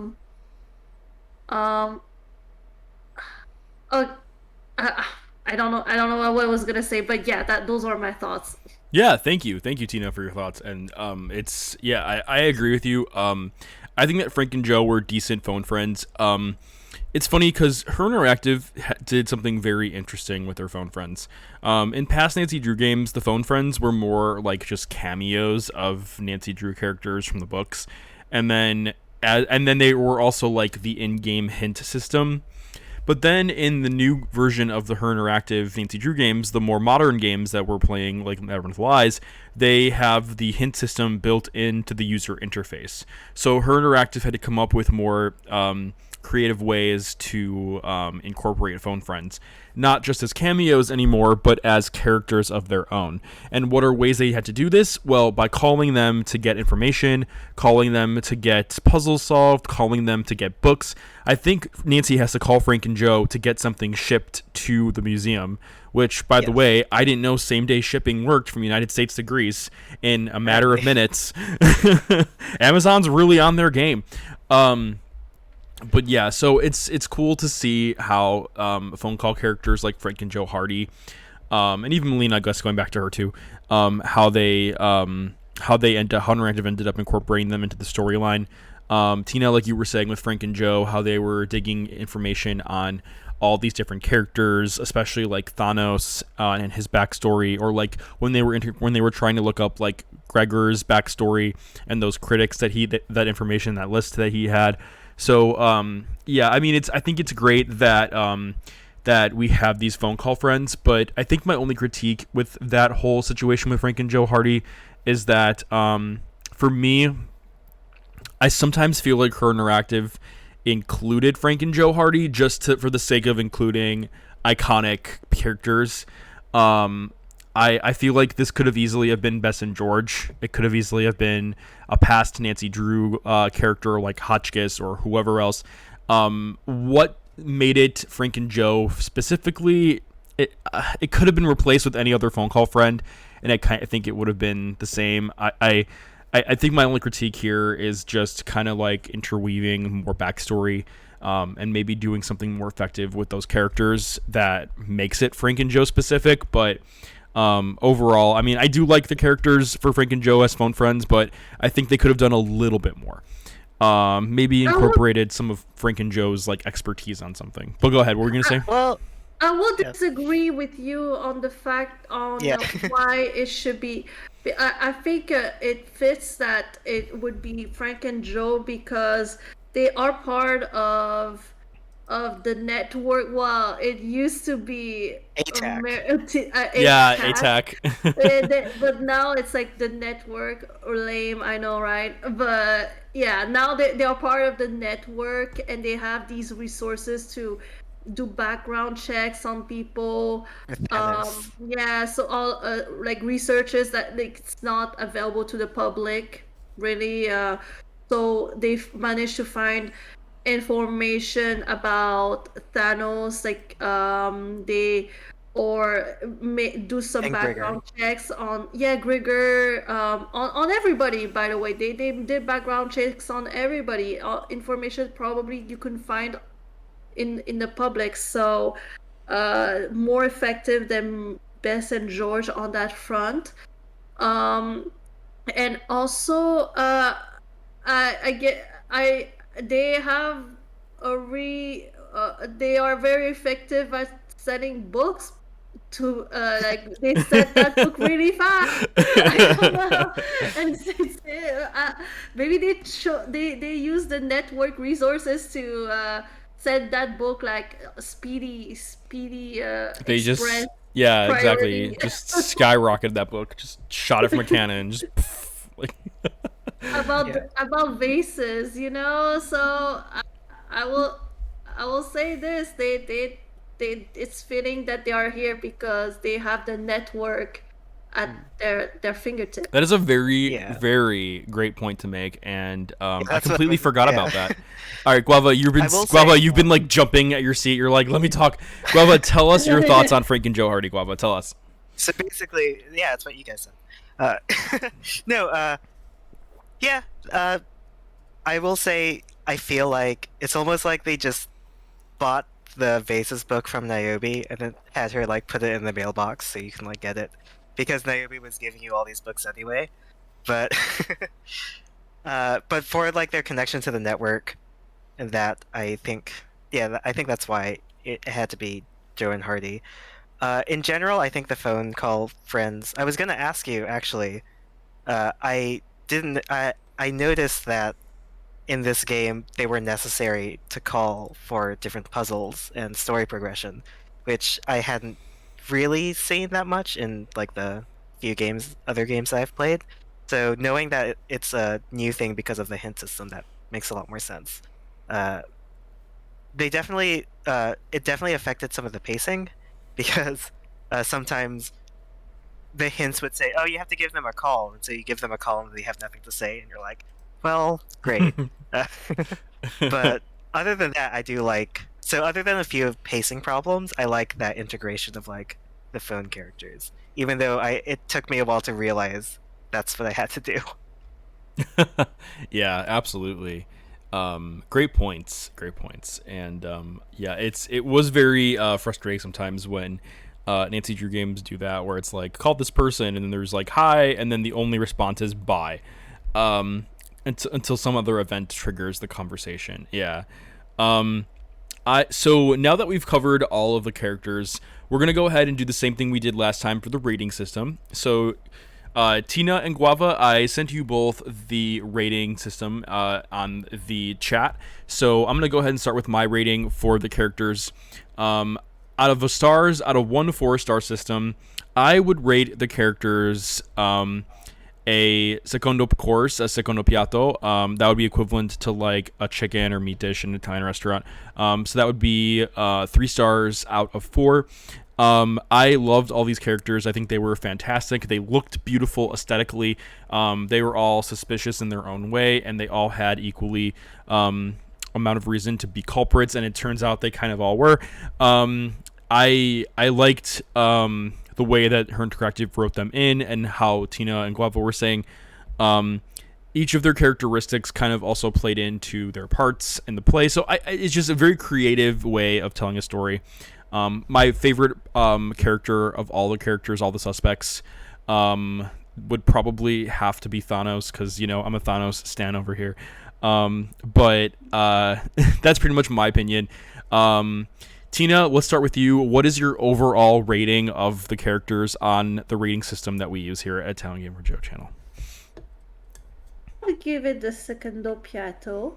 I agree. The characters are pretty interesting. I just wished that there was like something to make them less obviously like culprits, where it's working towards like more like maybe it's him, maybe it's her, and all of that, instead of like maybe it's not, maybe he's not part of it, or maybe she's not part of that. So, but it's not like anything against their characters. I really enjoyed most of them, so this is why I give them the 3 stars. Great. And finally, Guava, tell us your opinion. Tell us your final rating of these characters and why. Yeah, I think I'd give them a Dolce, a 4-star, because just as characters themselves on their own, they have a lot of like meat to dig into, and even if some of how they're like they're portrayed in the story is a little bit waffly, I think overall like the backstories and the way they act, they're very charismatic. It's a very fun group, and like for a game where you kind of understand what the like where the story is going, the having it be like discovering more about why these characters are doing what they're doing, I think they have a lot to like to give there, so that makes them very intriguing for me. Awesome, thank you.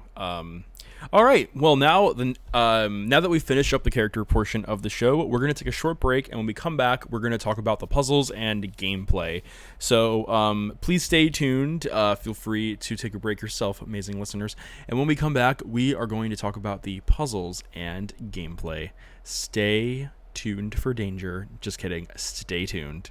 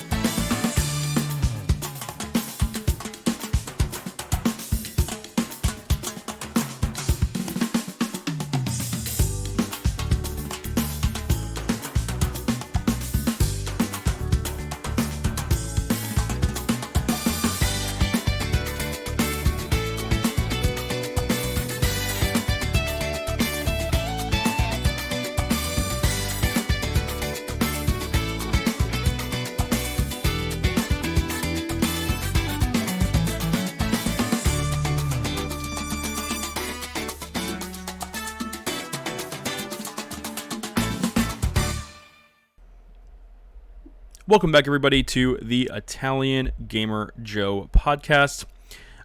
We have the lovely TinaBalducci and Guavajagular here tonight. We've gone through multiple topics surrounding Nancy Drew Labyrinth of Lies. First off, we talked about the basic premise and information about the game. We talked about the characters, and now we are going into the gameplay and puzzles. So to start off this section, we've decided to summarize it into three subcategories: our favorite puzzle in the game, our not so favorite puzzle in the game, and then just any lasting thoughts we have about the puzzles and gameplay in the game. So why don't we start with volunteers? Does anyone volunteer as tribute for their favorite puzzle in the game? Yeah. Okay, Guava, So- you volunteer as tribute. What was your favorite puzzle in the game? So, what I think my favorite puzzle was probably the provenance checking puzzle. I liked how it was very believable and organic to the environment, and you got to use lots of different different techniques to that are actually used in checking the different art pieces. So I think that was a cool little thing to learn about and get to do. That's great. It was a really cool puzzle. I liked that puzzle. Wait, okay, so question. Is this the data entry puzzle that you were talking about, or is this the one where we had to shine the light on the gems? Yeah, I'm realizing that's two different puzzles. I think I preferred the provenance more just because even though it was technically data entry paperwork, it made me feel like I was a cool a cool spy looking at different looking for inconsistencies. And with the other one, it was with the checking, even though that was really cool too. Just finding the object sometimes was a bit iffy. I was like, wait, an object will appear only when you needed it, and yeah. Other than that, Yeah. I think it's funny that we have data entry in Nancy Drew games. Back when I streamed it, I made a joke that when you finish this game, you can put it on a resume that you did data entry.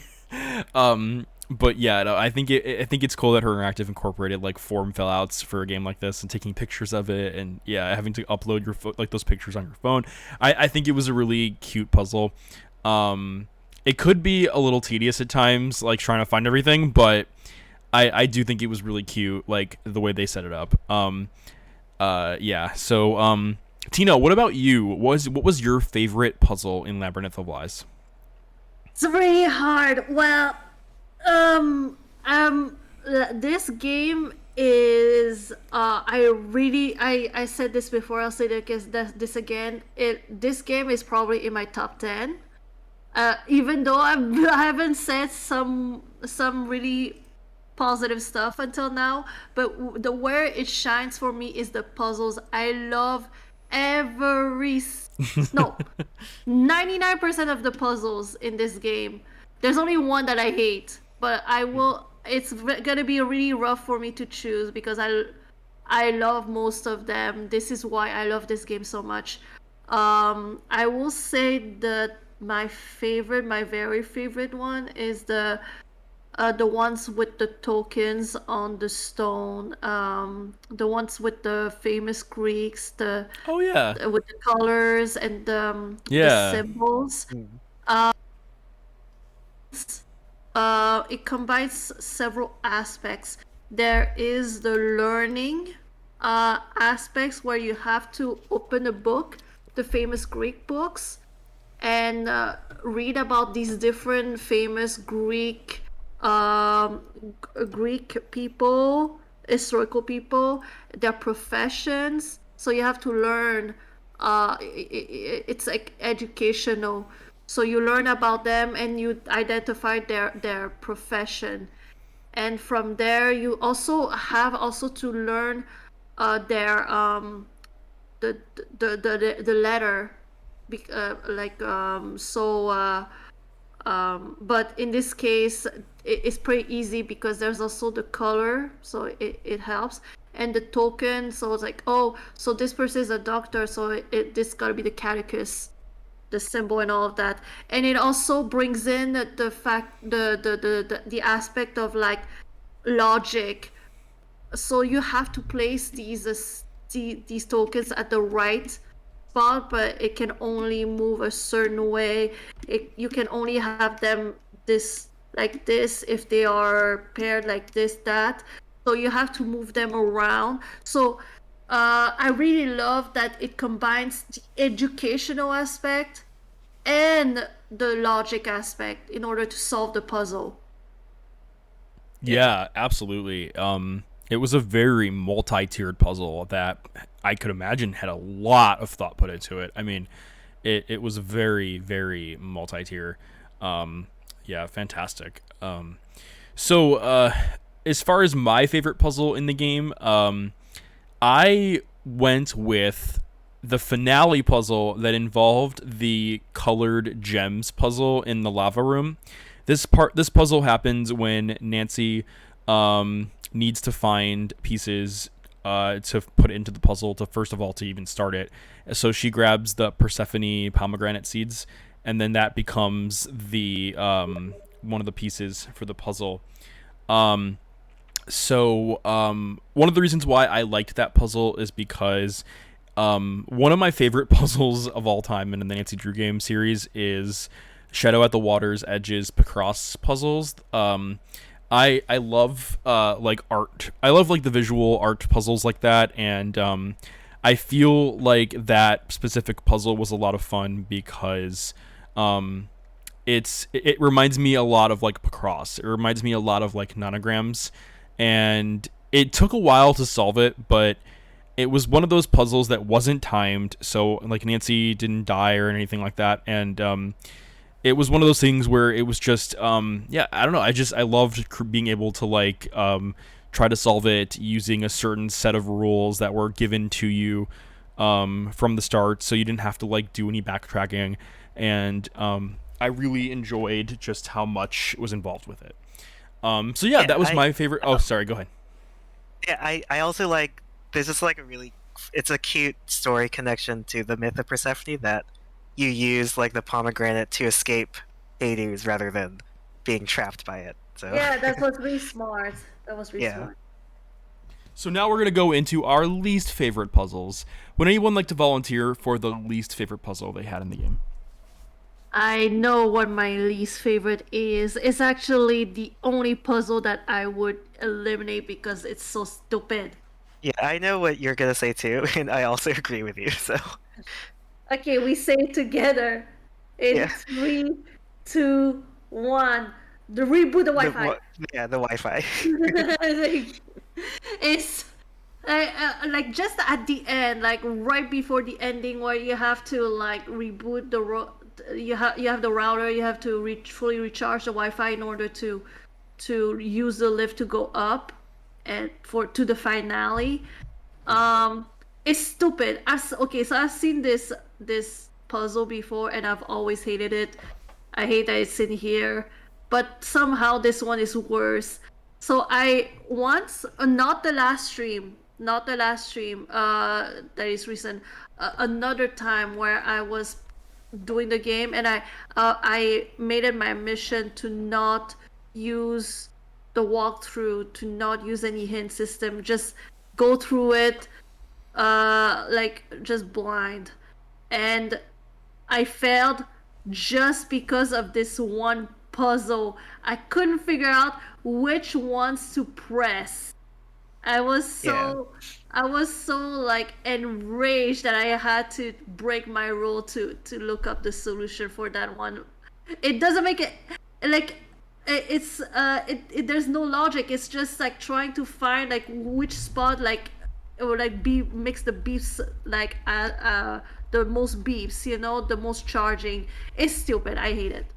Yeah, there is technically there is a way, like, you have to find the ones that, the way like they're positioned, they'll turn to like hit other ones, but there's so many of them, and they're all the exact same shape, and so when you try, even if you try to logic it out, your brain just like gets fuzzy, and you're like, I don't know, you really do just have to like guess and hope that it's like the right one, and then remember where you clicked, and then figure it out from there. Like, I think the best part about the puzzle is just the beeps were kind of satisfying, but trying to get those beeps The was beeps are satisfying. infuriating. It is infuriating, but the beeps are satisfying. I'll give you that. Yeah. Yeah. Wow, so we got 2 votes for the Wi-Fi reset puzzle as the least favorite puzzle. Is that right? Am I getting that right here? You are, yes. Wow. Okay. Well, I have to disagree, and I I actually liked the Wi-Fi reset puzzle. And the reason why I liked it was because of the randomness of it. I there is a strategy to it, and it's about like the rotations of the wheels, because they will only rotate if other ones are touching, I think it was.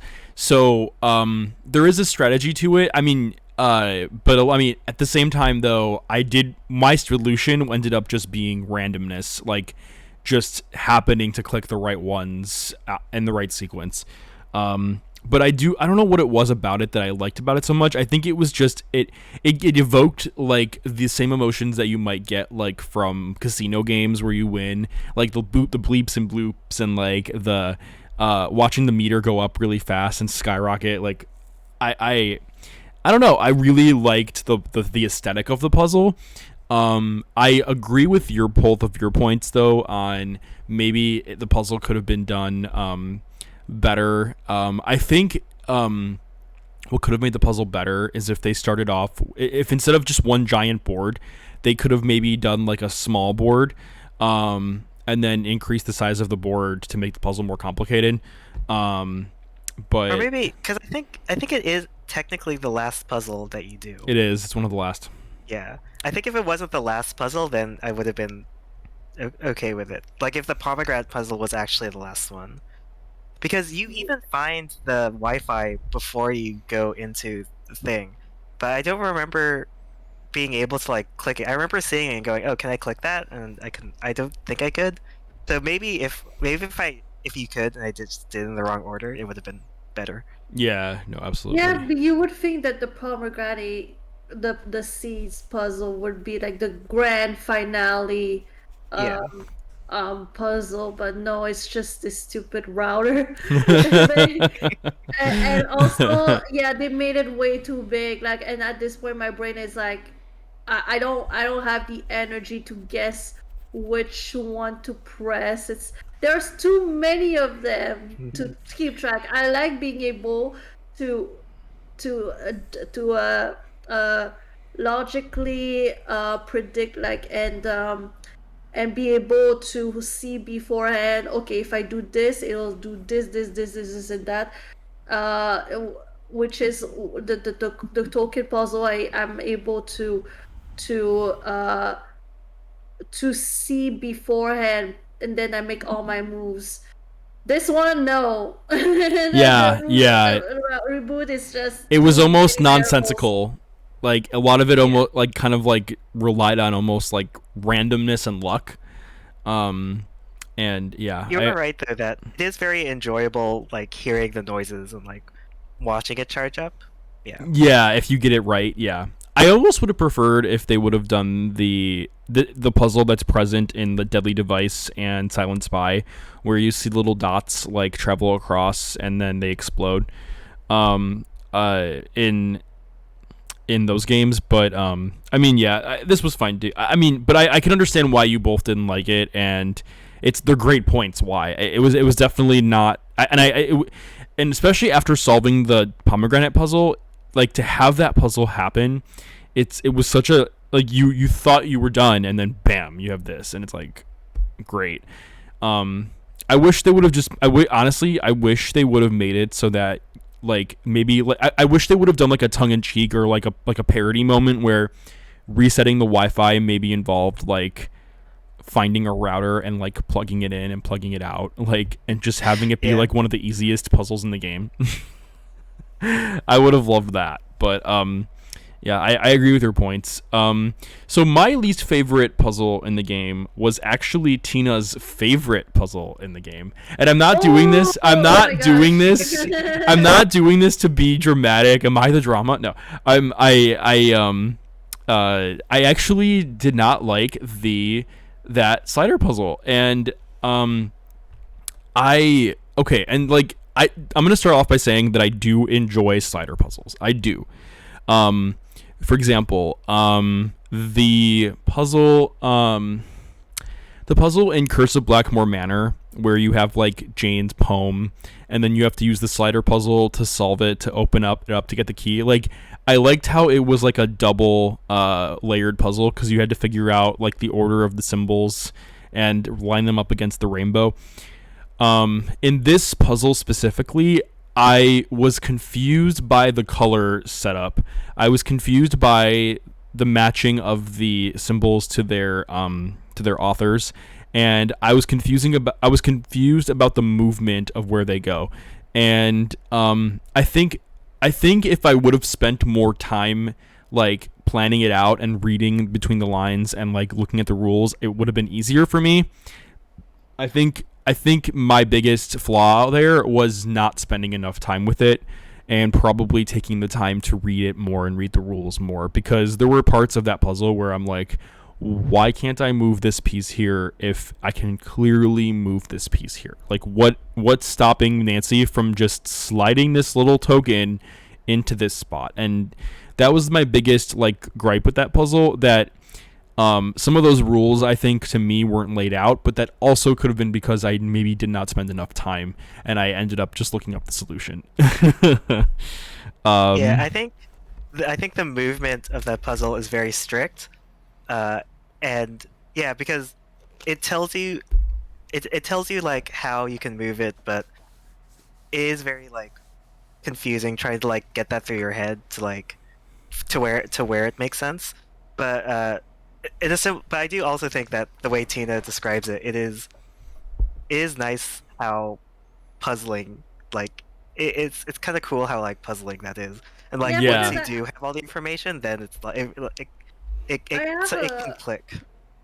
Because I think that if they didn't have like this rule where you can only have them in the same wedge, if they are related in the same family, like the Doctor and Catechus. I think they have that because otherwise it would have been a bit too easy. I like that, like the little extra challenge.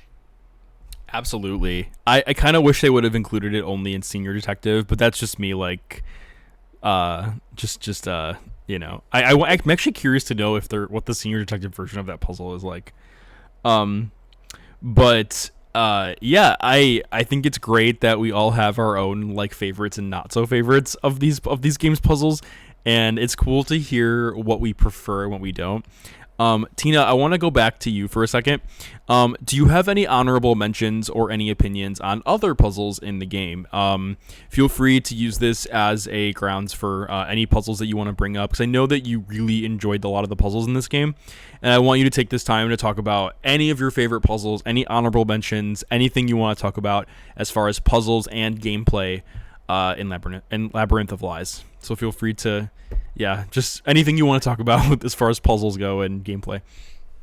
Okay, so about the Greek letters, the names of the people that you have to put on the the door, the door, and all of that. I remember for the longest time I was like, why this isn't working? I'm pretty sure. Okay, there's G Brigger first, and then after that it's N for Naomi, N, and then after that would be Thanos. But it's the names like are alphabetical order, but in Greek, the Greek alphabet. So Thanos is before Niobe. I didn't realize that for the longest time. They really got me because I was like so confused for the longest time. Yeah, that was a fun one. That was a fun one. Another puzzle that I really did appreciate, is the little the temple designs. I thought it was really cute. And honestly, I loved I love learning about all of the different parts of the temples. Um, it was really fun. Seeing all the little different combinations was really cute. Brings me it's kind of like the Greek arc the Greek archaeology version of girlsgames.com. Yeah, I felt like I was like dressing up. It was really fun. Another one that I really loved is um it's the little filing cabinet, the animal figurine thing. It was pretty cool to Yes. learn about the different gods and their animals. I really liked that. I want a box like this in real life. I want Oh, a that would box be like nice. this. Yeah, that would be really nice. But that book really painted Zeus to be a little bit more mild than he actually is. Okay, her interactive, like her interactive. Everybody knows how terrible Zeus is. Like, why are you trying to paint him as like, oh, he has these flaws, you know? But at the end, he cared about his family, and it's like, are we sure about that? Or attractive?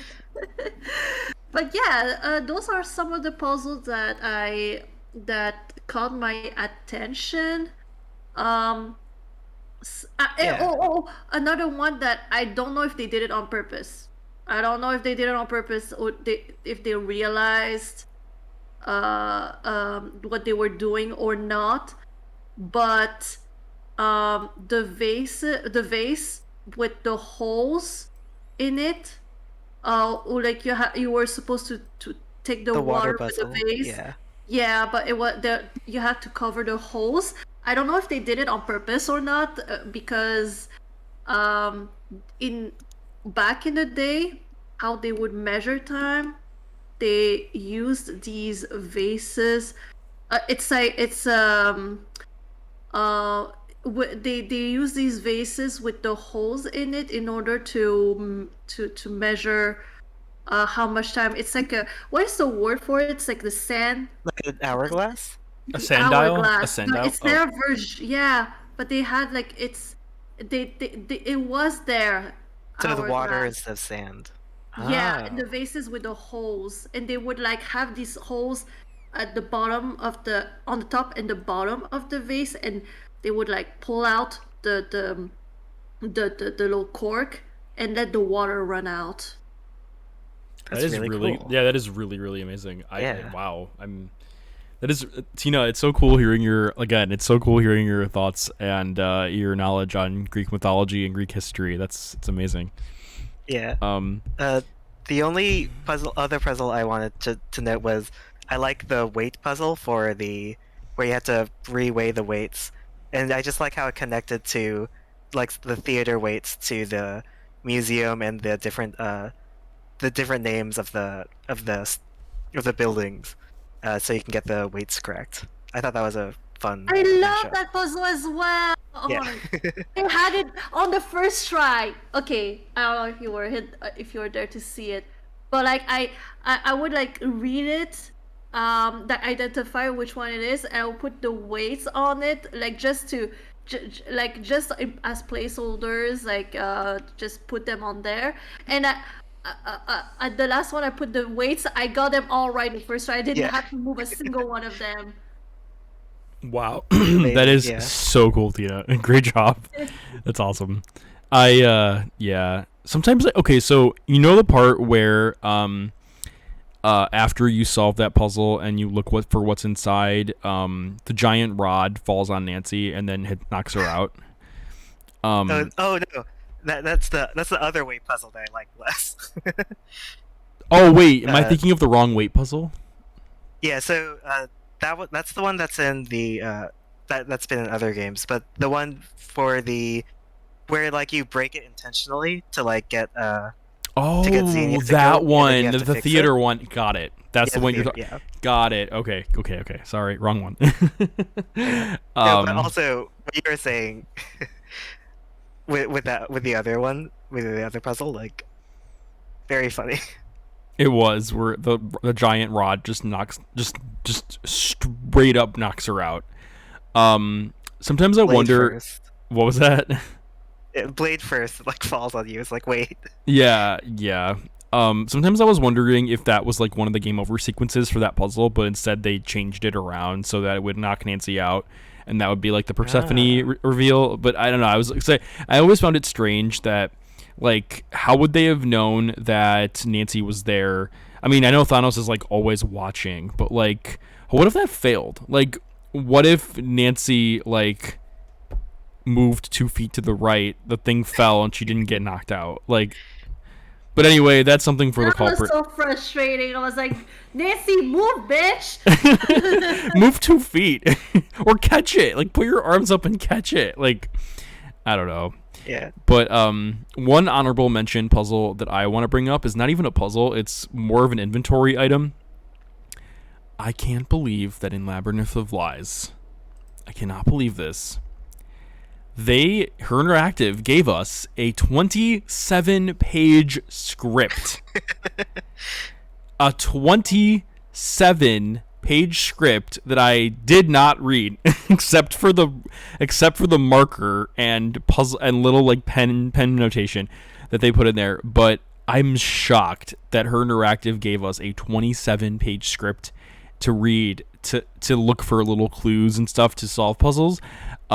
I found that to be a very interesting thing to do in the game.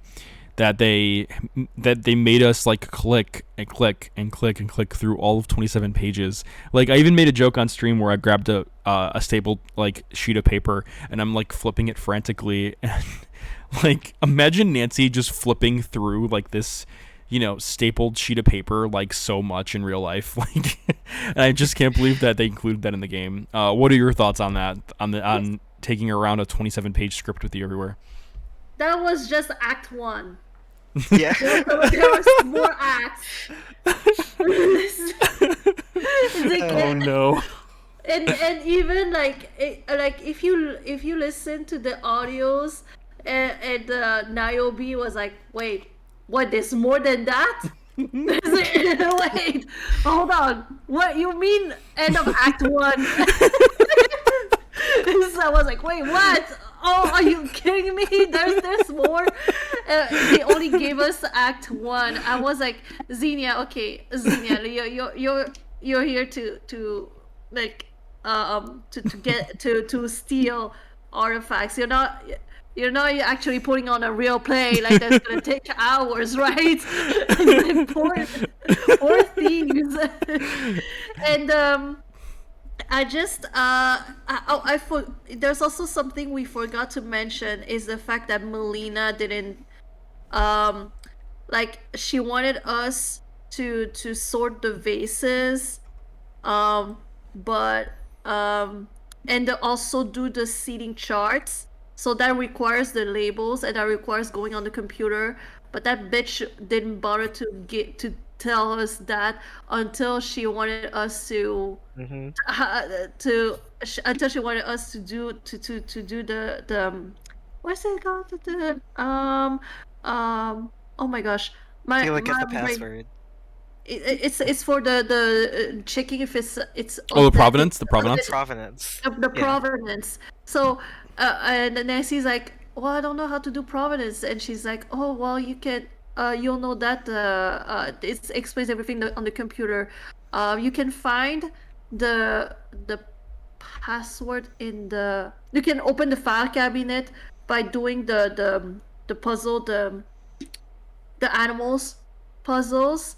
But I'm like, you could have said that before, or you can't you just give us the passwords like yourself? Why do we have to find it on our own? Yeah, that is so true. What?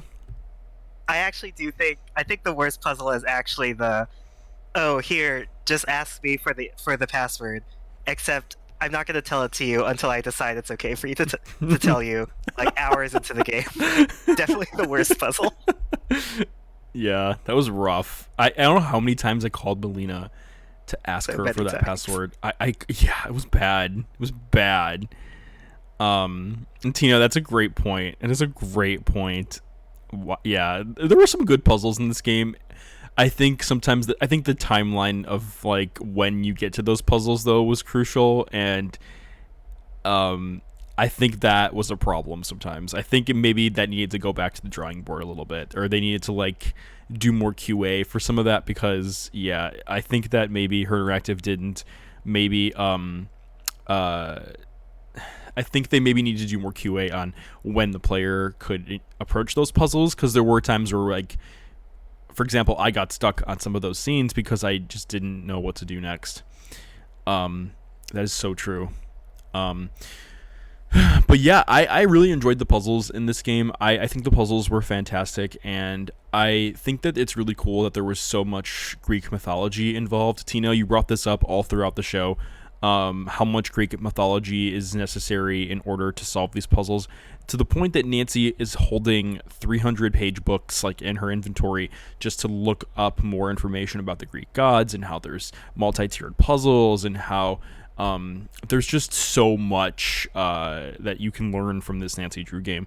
And it's great to see how much Greek mythology that Her Interactive gave us. And if anything, like you were saying, they could have gave us more, but there was just so much they were throwing at us. It was a lot to take in, especially if it's your first time. I think the game does a really good job at giving newbies, a new person, something, a taste of Greek mythology. And if you're already a veteran in Greek mythology, I think it's just refresher. But it also gives someone that knows their stuff the opportunity to see it all in action. And yeah, I think the puzzles were pretty great. I don't really have any other honorable mentions. Do you think it's time to move on to the rating for the puzzles and gameplay? Yes. Yeah. Okay. So as always, we're going to be using the same system that we've been using before on the puzzles and gameplay. I am going to actually rate this a 2 stars out of 4, the Primi Piatto, and the reason why I'm doing that is because this is a very puzzle-heavy Nancy Drew game. I like puzzles, but I feel like some of the puzzles could have been fleshed out in a way that, from a pacing or timeline standpoint, they could have been... there were some situations where the puzzles were back to back to back to back, and while I think that Nancy Drew games are known for their puzzles, I think that they could have maybe spaced out the puzzles a bit more. And then from a timeline standpoint, I think that there were a lot of moments that I just did not know what to do next, where my task list showed tasks, but some of them just couldn't be done yet until I either found a certain object or did something else that was unrelated. And even the hints saying do this, and then doing like being the same language as the task itself. So that's why I'm giving it 2 stars out of 4. Anyone else want to go next for the rating on the puzzles? Okay. Yeah, so I pretty much agree with you, but I'd probably give it a secondo piatto, a 3. But mainly for the same reasons. I just think that I do think that the puzzles themselves stand out enough on their own to just raise it that much more. But the pacing and that kind of stuff just needed to be like fine-tuned a bit more. And Tina, what about you? What was your rating for the puzzles and gameplay? Okay, well, I'm gonna give it a Dolce 4 stars. We might be looking for different stuff in Nancy Drew games, which I like. Yeah. This is great conversation. Because I tend to gravitate towards puzzle-heavy games. Like I am, maybe this is the ADHD in me, but I get so excited when there's a puzzle. Like it's something I could do. It's something to do. But when it's time to talk to the characters, I get so bored. I guess it's like okay, all right. Like let's move on. Like, is there anything interesting? No, you don't have anything interesting to say. Okay, I'm gonna go to a puzzle. Yeah, and it's most of the puzzle, like the big majority of the puzzles in this game, I find it so delicious. It's just chef's kiss. I honestly, it's one of those games where they were so close to having all of them like love. It's just this one stupid rebooting the Wi-Fi like that. Just nothing is perfect. Nothing is perfect. I would say the only game that has a perfect score when it comes to puzzles would be Deadly Device for me. Um, but this game got really close. But because of this rebooting Wi-Fi, I'm gonna have to I'm gonna have to say it's a 3.99. But but yeah, I still give it Dolce. I just love them all, like especially the ones where it gives you the opportunity to learn about the about Greece culture, theater, and I really loved all these opportunities because I'm really passionate about the subject. So when I was streaming it, I see like a puzzle where where there's a little bit of information. I'm like, by the way, did you know this and that like on stream? It just uh, I guess this is why I love it so much. Maybe this is why, but but yeah, but if we remove the fact I love Greek culture, mythology, theater, whatever, I still believe that the puzzles are solid and makes your brain work. So Yeah. yeah. That is a fantastic conclusion on the gameplay and puzzles, Tina. Great thoughts, and that's great. I know that you and I have like alternate ratings, but I respect your opinion, and I think that I completely agree with you on all those points, and that's awesome. I think it's great that you love this game so much, and for how puzzle heavy it is, and Guava, your points as well. Amazing. All right, so we're gonna do one more break, and then when we come back, we're gonna talk about the culprit and ending, and then finally suggestions to make the game better. So listeners, stay tuned. We just have one more break before we conclude things, and yeah, hopefully if you're sticking around, hope you're all enjoying this Nancy Drew Labyrinth of Lies review. Tune in shortly for the culprit ending and suggestions to make the game even better.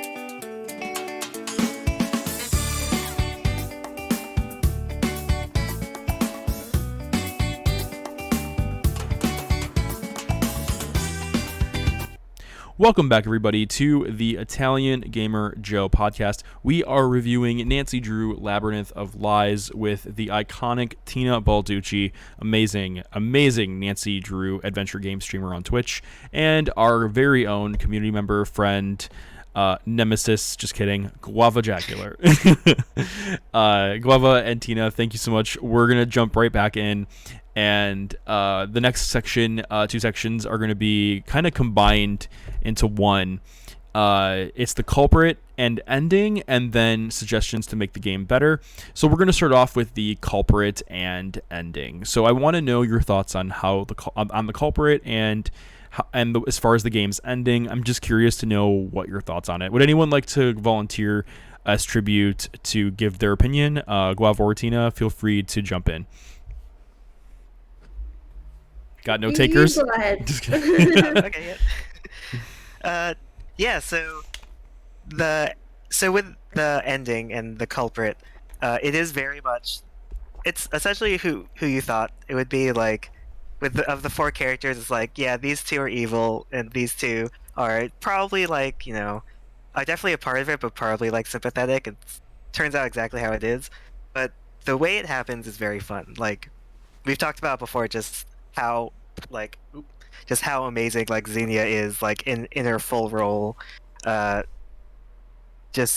like figuring out how that last scene goes. Yeah, it's very predictable, but pretty well done. Absolutely.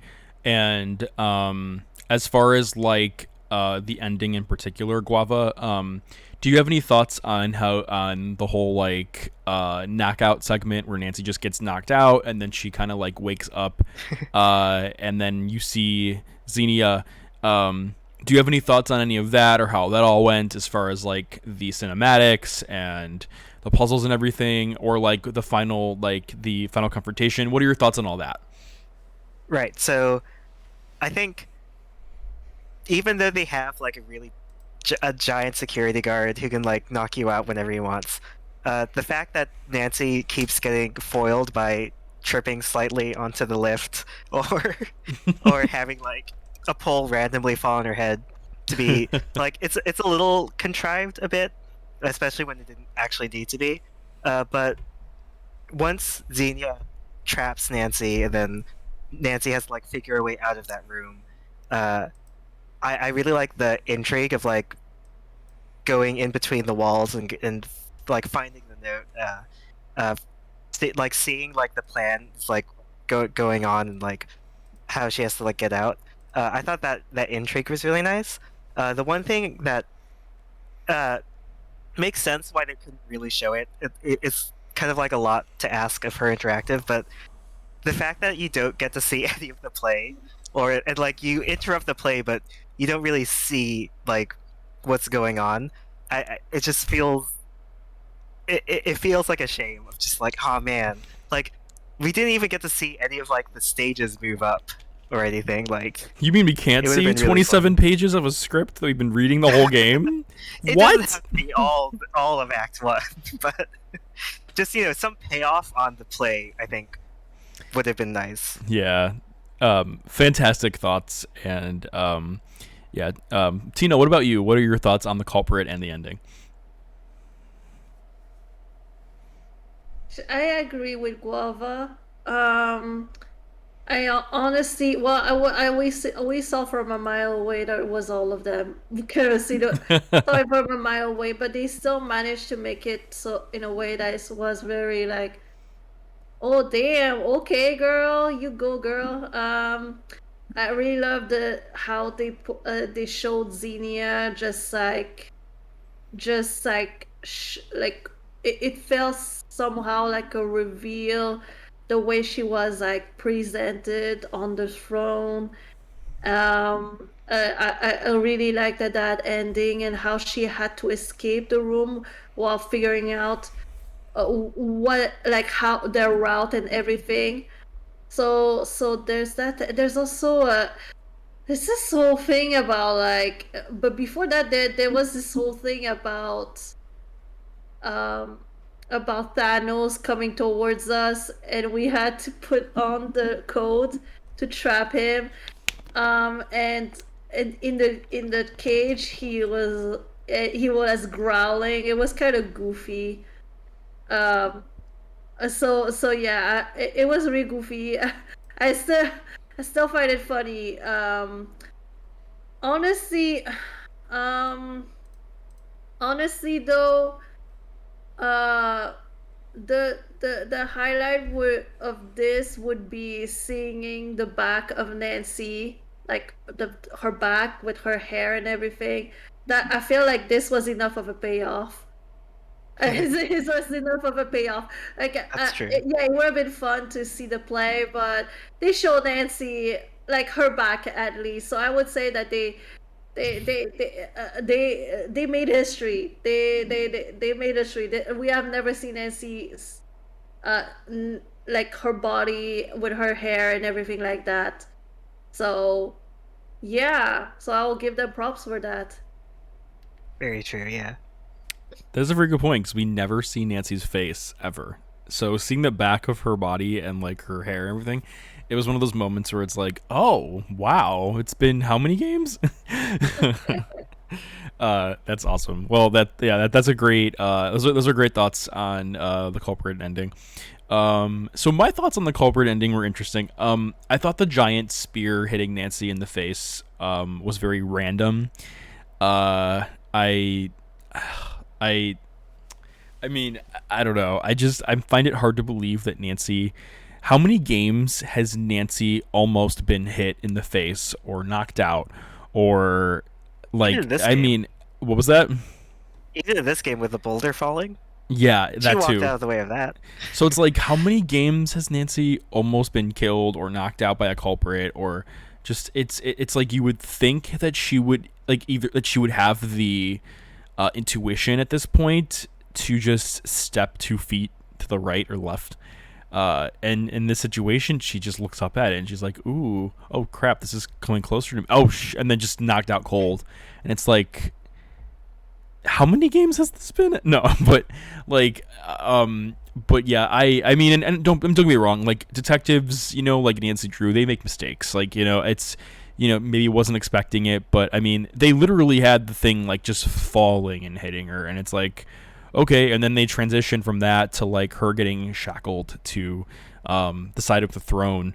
Like, it was very interesting moment to have, like, to show like Xenia being like the true mastermind. I do like the fact that like the whole everyone did it was a first for Nancy Drew games, because I don't think any other Nancy Drew games in the past ever had a scenario where everyone did it. There were games in the past where we had multiple culprits, but never a scenario where literally every character you've seen on screen is the culprit. I liked that the ending did drag out a bit. Tina, you mentioned that we did have a moment where Nancy falls into the lift and gets knocked out the first time, which is really funny because it seems like Nancy just gets knocked out so much in this game. But I found it interesting that they dragged out the finale a bit, and we had the whole like Thanos trapping him in the cage and having him growl. I did find that interesting. And I liked how they kind of built it up to finally showing us Xenia being like the true culprit. The only thing that confused me though is if this is a play and they're, shackling Nancy, Xenia shackled Nancy to a set, which means that if the set goes to the top, like people are gonna see Nancy tied up. Like she can easily. That's what I wanted. I wanted that stage to come up and then Nancy's shackled. Like the audience would have seen Nancy, and it's like, then what? And then and I liked that they show. I like that if Nancy chooses to, or I think she has to, you can go to the back area where you see the truck holding all the stolen art pieces. I thought it was interesting that her interactive did not include an animation of maybe more of like the Kronos organization that Thanos and Xenia are part of.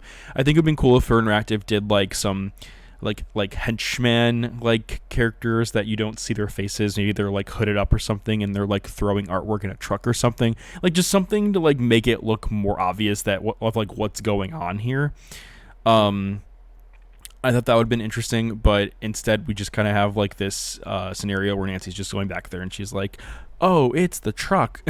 Like, but I did like how much urgency there was. The only downside I thought from the ending was that past Nancy Drew games, especially the classic ones, Nancy has to act on her feet and be really, really quick. Where in the future Nancy Drew games, the more modern ones, they kind of like pacing is weird. They have like the culprit reveal their plans, and then Nancy has to do like a long drawn out puzzle.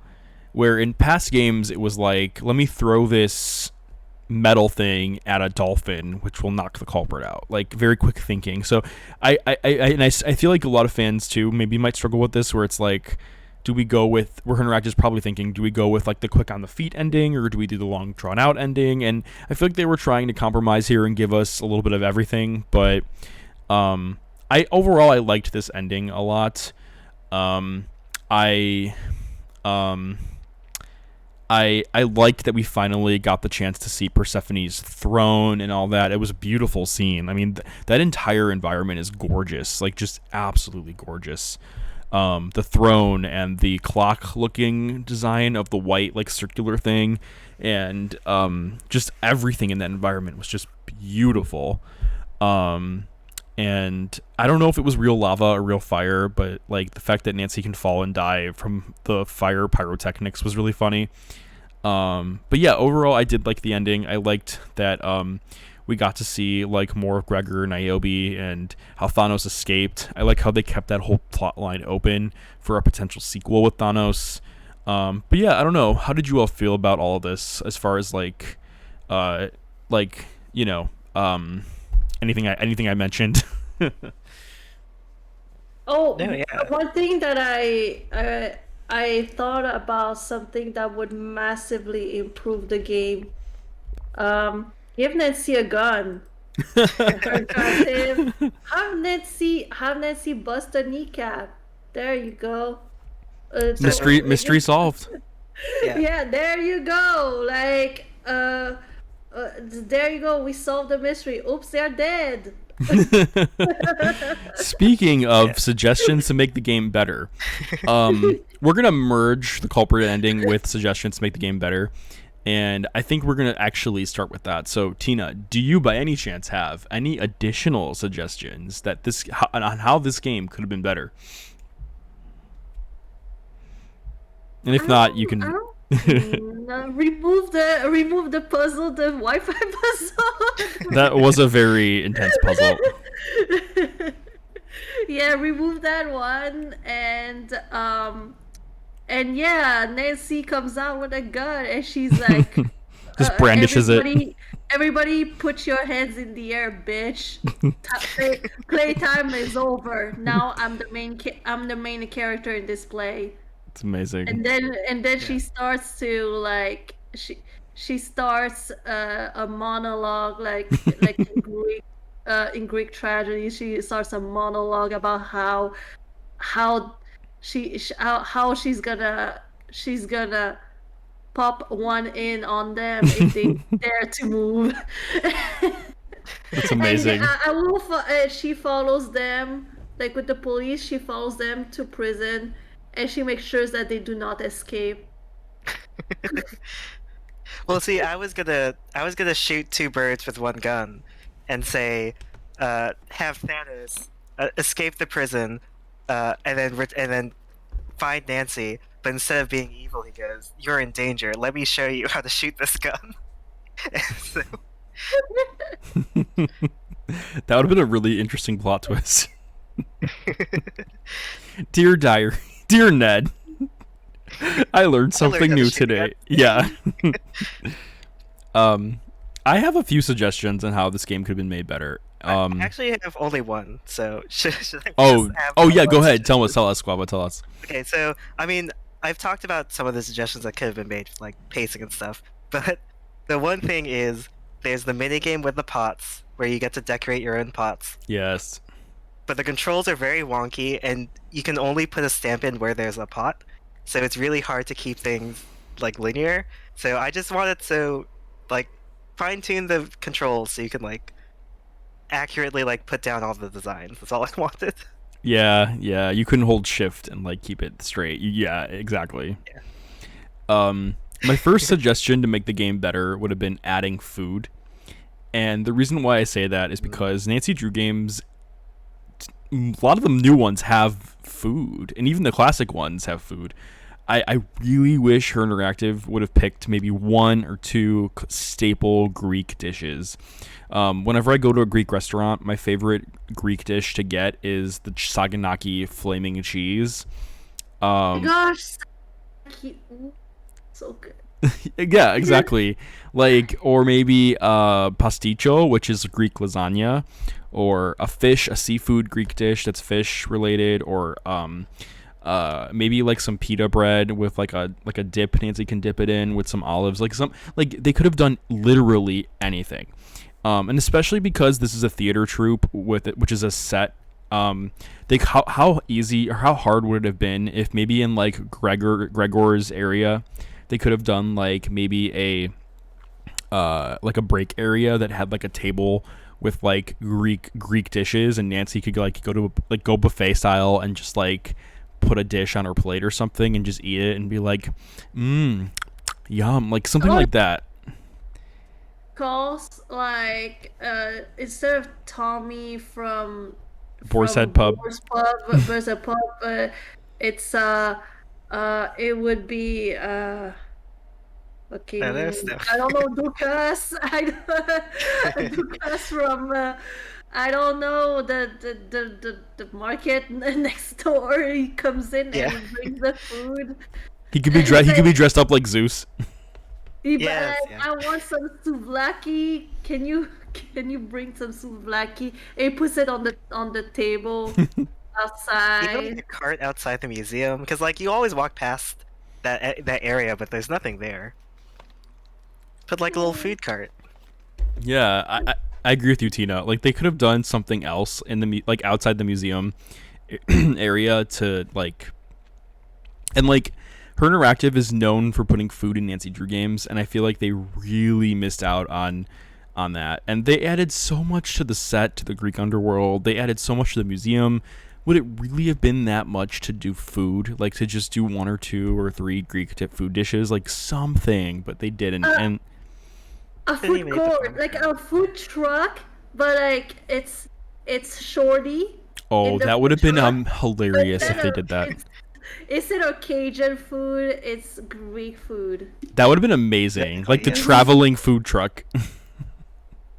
We didn't even get to eat the pomegranate on the floor. Like, just Nancy's hungry. They never did that. I feel like I'm gonna get yelled at for this, but less puzzles, because I know, Tina, you love puzzles. Guava, I know you like the puzzles. I feel like instead of less puzzles, maybe just more spaced out puzzles.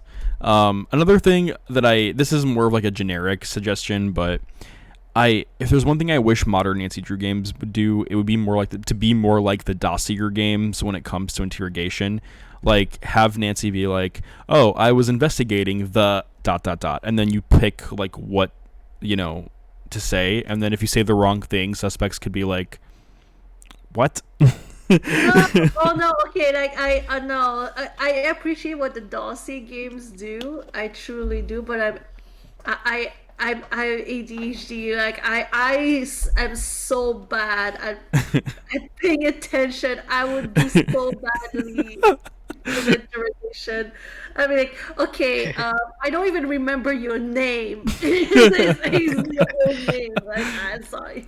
And I think the only reason why. Oh, sorry, go on. Yeah. I mean, like, just to build off of that, like, they really should have a way to look at previous dialogue, just like the way like Ace Attorney does, just in case, like, if you miss something, just to be able to like, oh yeah, this is what this character said before. It would help solve so many puzzles. Yeah. A lot, yeah. Yeah, and I think part of the reason why I want dialogue in Nancy Drew games to be better is because, like Tina was saying, conversations, whenever the dialogue box becomes a long like chunk, I lose interest really fast. And And like Midnight in Salem tried to mitigate some of that by doing one-liners instead of like full chunks, but I honestly think they could do something better to because if you're getting bored from dialogue, then you know something's wrong. So either make it interactive or just make it less and better quality. Another thing I wish they would have done different is having Nancy learn more Greek in general, like more of the Greek language. It's great that we got the Greek alphabet, but it would have been cool if we got like a book that showed us like Greek words and their translations. Kind of like what we did in Phantom of Venice, where Nancy got a book that would show us like what different Greek words mean. Other things, I think the Underworld was nice, but I wish the Underworld's set design matched the blueprint, because the way the Underworld looks, it's like a straight line. I kind of would have liked if it was more circular, like the blueprint kind of like envisioned, but it was kind of like, Tina, I do like your opinion and how it felt like you were going deeper and deeper into the core of the earth. That was cool, but I wasn't getting like a circle vibe, I guess. Does that make sense? Like it didn't feel like a circle going down, or yeah, exactly. I it could have like been circular going down. Yeah, just like a demonstration of the stage working would have helped, like immensely. Help understand like what's going on. Yeah, agreed. Totally agreed. And yeah, that's pretty much the only suggestions that I have. I think my biggest suggestion is just adding food. I wish they would have added food to the game. That I love that Midnight in Salem added Johnny cakes, like the pancakes. Like I think food is just a great a great thing to do, especially if you're doing a game that takes place in in another country, like Greece or Italy or Egypt or anywhere specific. I think from based on from where Nancy's from, I think that adding food is a great way to educate players on local cuisine, and I think that Her Interactive missed out on that. But yeah, do any of you have any other suggestions on how the game could have been made better? It would mostly just be summarizing what we've already said. Just okay.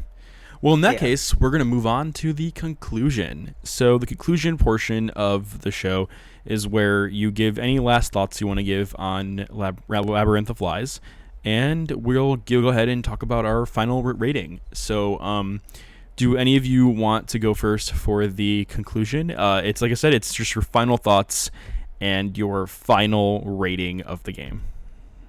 Yeah, so I pretty much... this was a really fun game to have, especially since I haven't had like much experience with a lot of them. But I just really enjoyed the premise, like all the different parts. I enjoyed like premise, characters, different puzzles. How it came together, like, could have been a little bit better worked better for me. But other than that, like, this was a very enjoyable game. So I'd probably give it a 3. Yay, that's awesome. Tina, how about you? What is your concluding thoughts and your final rating for Labyrinth of Lies? I would give it a secondo piano. Maybe a secondo piano plus. I don't know if there's a rating for that, but it's perfect. We can make up the rules, so that's great. We'll take it. Yes, I just I honestly, even though the game has its flaws, I still find myself time and time again wanting to replay this game for its puzzles.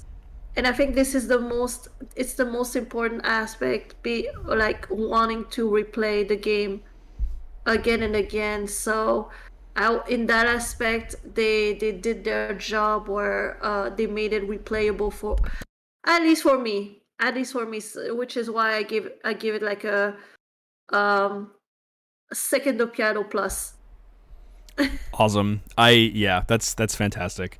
My personal rating for the Labyrinth of Lies would also have to be a secondo piatto. I think that this is a well put together Nancy Drew game. I think that this game, as far as writing and storyline goes, is memorable. It has characters that are very, it has very good looking, aesthetically designed characters that are also deep in terms of the storyline. I think that while there was a lot of puzzles, they were a lot of fun. And I know that I said maybe like have less puzzles or space them out. They were still fun to solve. One thing I didn't get a chance to bring up was the soundtrack. I loved the soundtrack in this game. I purchased the soundtrack on the Her Interactive website and I listened to it frequently. I just love the vibe. I love the environments. I love the characters. There could have been more they could have done to fix some things in terms of pacing and plot, but I think overall, when it comes to the mystery itself and the gameplay, I think it does. I think it's up there with other Nancy Drew games that are fantastic mysteries. So I would also have to give it 3 stars out of 4. The secondo piatto, and yeah, that's pretty much my overall rating for this game. So yeah, I just want to start off by saying, now that we've concluded this Labyrinth of Lies review, Tina and Guava, do you have anything else you'd like to bring up before we move on to the end of the show? Yeah, just because I didn't really say it that much during the review. Yeah, all the characters are very hot. Yes, yeah, exactly. I agree with you 100%. 100%. Yeah. They are very attractive characters. I mean, Her Interactive really went for sex appeal, and they knew what they were doing this time around. Yeah, no, it was, yeah, absolutely. So yeah, we're now gonna move over to the end of the hour, or I guess 3 hours, I should say. I want to start off by thanking the amazing, iconic one. It's like the Lady Gaga like thing that she does, where she's like amazing, beautiful, gorgeous. Like, we want to thank the amazing Tina Balducci for being here tonight. Tina, thank you so much for hanging out with us and talking about Labyrinth of Lies. It is a pleasure to have you here. I'm a huge fan of your Twitch streams and of your adventure game streams. You're an amazing streamer and content creator. Can you please tell us how people can follow you and find your content? Okay, so I am a Tina Balducci, all one word, on Twitch. You can also find me on IG. I am a D_Tina_Balducci on IG. And that's I also have merch. Oh yeah. Forgetting to mention it. Yeah. So I have a little collab with Sleuth Style. It's on Redbubble. Well, you can find the link on my IG. It's easier to find it that way. But yes, I have my Laurie Gerard cosplay as on Redbubble. So if you love Last Train to Blue Moon Canyon and you like my cosplay, don't hesitate to buy some of my stuff. So yeah. That is awesome. Yeah, and if you don't follow me yet, you definitely should, because I'm that bitch. Absolutely. For those of you that are listening or watching, please consider giving Tina Balducci a follow on her Twitch and social media pages, and also consider subscribing to her YouTube channel as well. Tina, do you have anything on the pipeline for what games you're streaming on Twitch, or what are you streaming right now, if you don't mind me asking? Right now I'm trying to finish.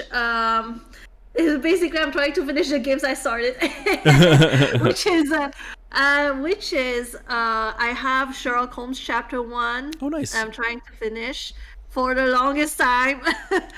I also have LA Noire I'm working on. I have the query that I need to finish. Hopefully, I finish. Unless there's another power outage, rest in peace. And I also stream during the weekend. I usually stream Siberia: The World Before, and The Greatest Attorney Chronicles. Yeah. Awesome. That is so cool. But yeah, let's round of applause for Tina. TinaBalducci, thank you so much for coming in here tonight. Oh, sorry, go ahead. I forgot to mention. Yeah, so I if you love Nancy Drew games, I also stream Nancy Drew games, especially during drinking game streams. Best. Which I do every month and a half or 2 months. I have a on Saturday night, I play an Nancy Drew game, and we have a drinking game, and I have usually like 3 other co-hosts, 3 other streamers, and we drink while playing Nancy Drew. And I just gotta say, as a previous participant, it is a blast. It is one of the coolest experiences ever. Tina is a fantastic host, and she does amazing at playing the games while also bringing in the community. And Tina, you're amazing. Thank you so much for doing that, and for just being an amazing Nancy Drew community member, and being an amazing content creator and streamer. Everyone knows the awesome, iconic Tina Balducci, and it's so lovely having you here. So thank you so much again for coming in tonight, and for having us talk to you about one of your favorite Nancy Drew games, Labyrinth of Lies. It's been so much fun hearing your opinions and thoughts on things, and if you ever want to do this again, I would love to get the chance to do this with you. Guava, let's move on to you. Thank you so much, Guava, for also coming in tonight and giving us your thoughts on Nancy Drew Labyrinth of Lies. Guava, please tell us where our audience members can find you. Yeah, thank you for having me. I'm just the same name everywhere, Twitter, Instagram, just Guavajagular. So Guava, then Jagular.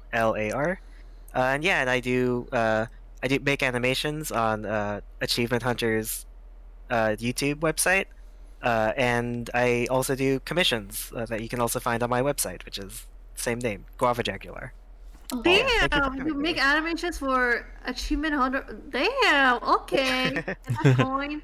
But are you called that because you love guavas, or? Oh, it's actually a remnant from my first email, which I chose randomly. So I was trying to pick something that was unique. That's really cool. Yeah. Sorry about that. So Guava, thank you so much for coming in tonight and for sharing your thoughts of Nancy Drew Labyrinth of Lies. It's been so much fun getting the chance to talk to you and hear all of your thoughts, and it's been a blast. So for those of you that are listening, this concludes the Italian Gamer Joe podcast, the episode of the Nancy Drew Labyrinth of Lies review. I hope you enjoyed the show. Please consider giving the Italian Gamer Joe channel on Twitch a follow. And also feel free to give the Italian Gamer Joe YouTube channel a subscribe as well. And please share this video with your friends or Nancy Drew community member friends as well. And please also give our lovely guests tonight a follow as well, because they have amazing Nancy Drew and adventure game content, and they are just lovely, amazing people. But I just want to say, hope you all have a great night. By the way, I stream Nancy Drew and Adventure Games on Monday and Wednesdays at around 8:30 p.m. Central Standard Time. If you'd like to go ahead and check out my content, feel free to check it out on the Twitch or on the VODs, which are on my YouTube channel as well. Good night, everybody. Good night, Guava and Tina. Thank you so much again. This has been so much fun. I'm going to go ahead and get ready to conclude the show. But anyway, say goodbye to our audience members, Guava and Tina. Good night, everybody. Yeah, good night. And see you all next time.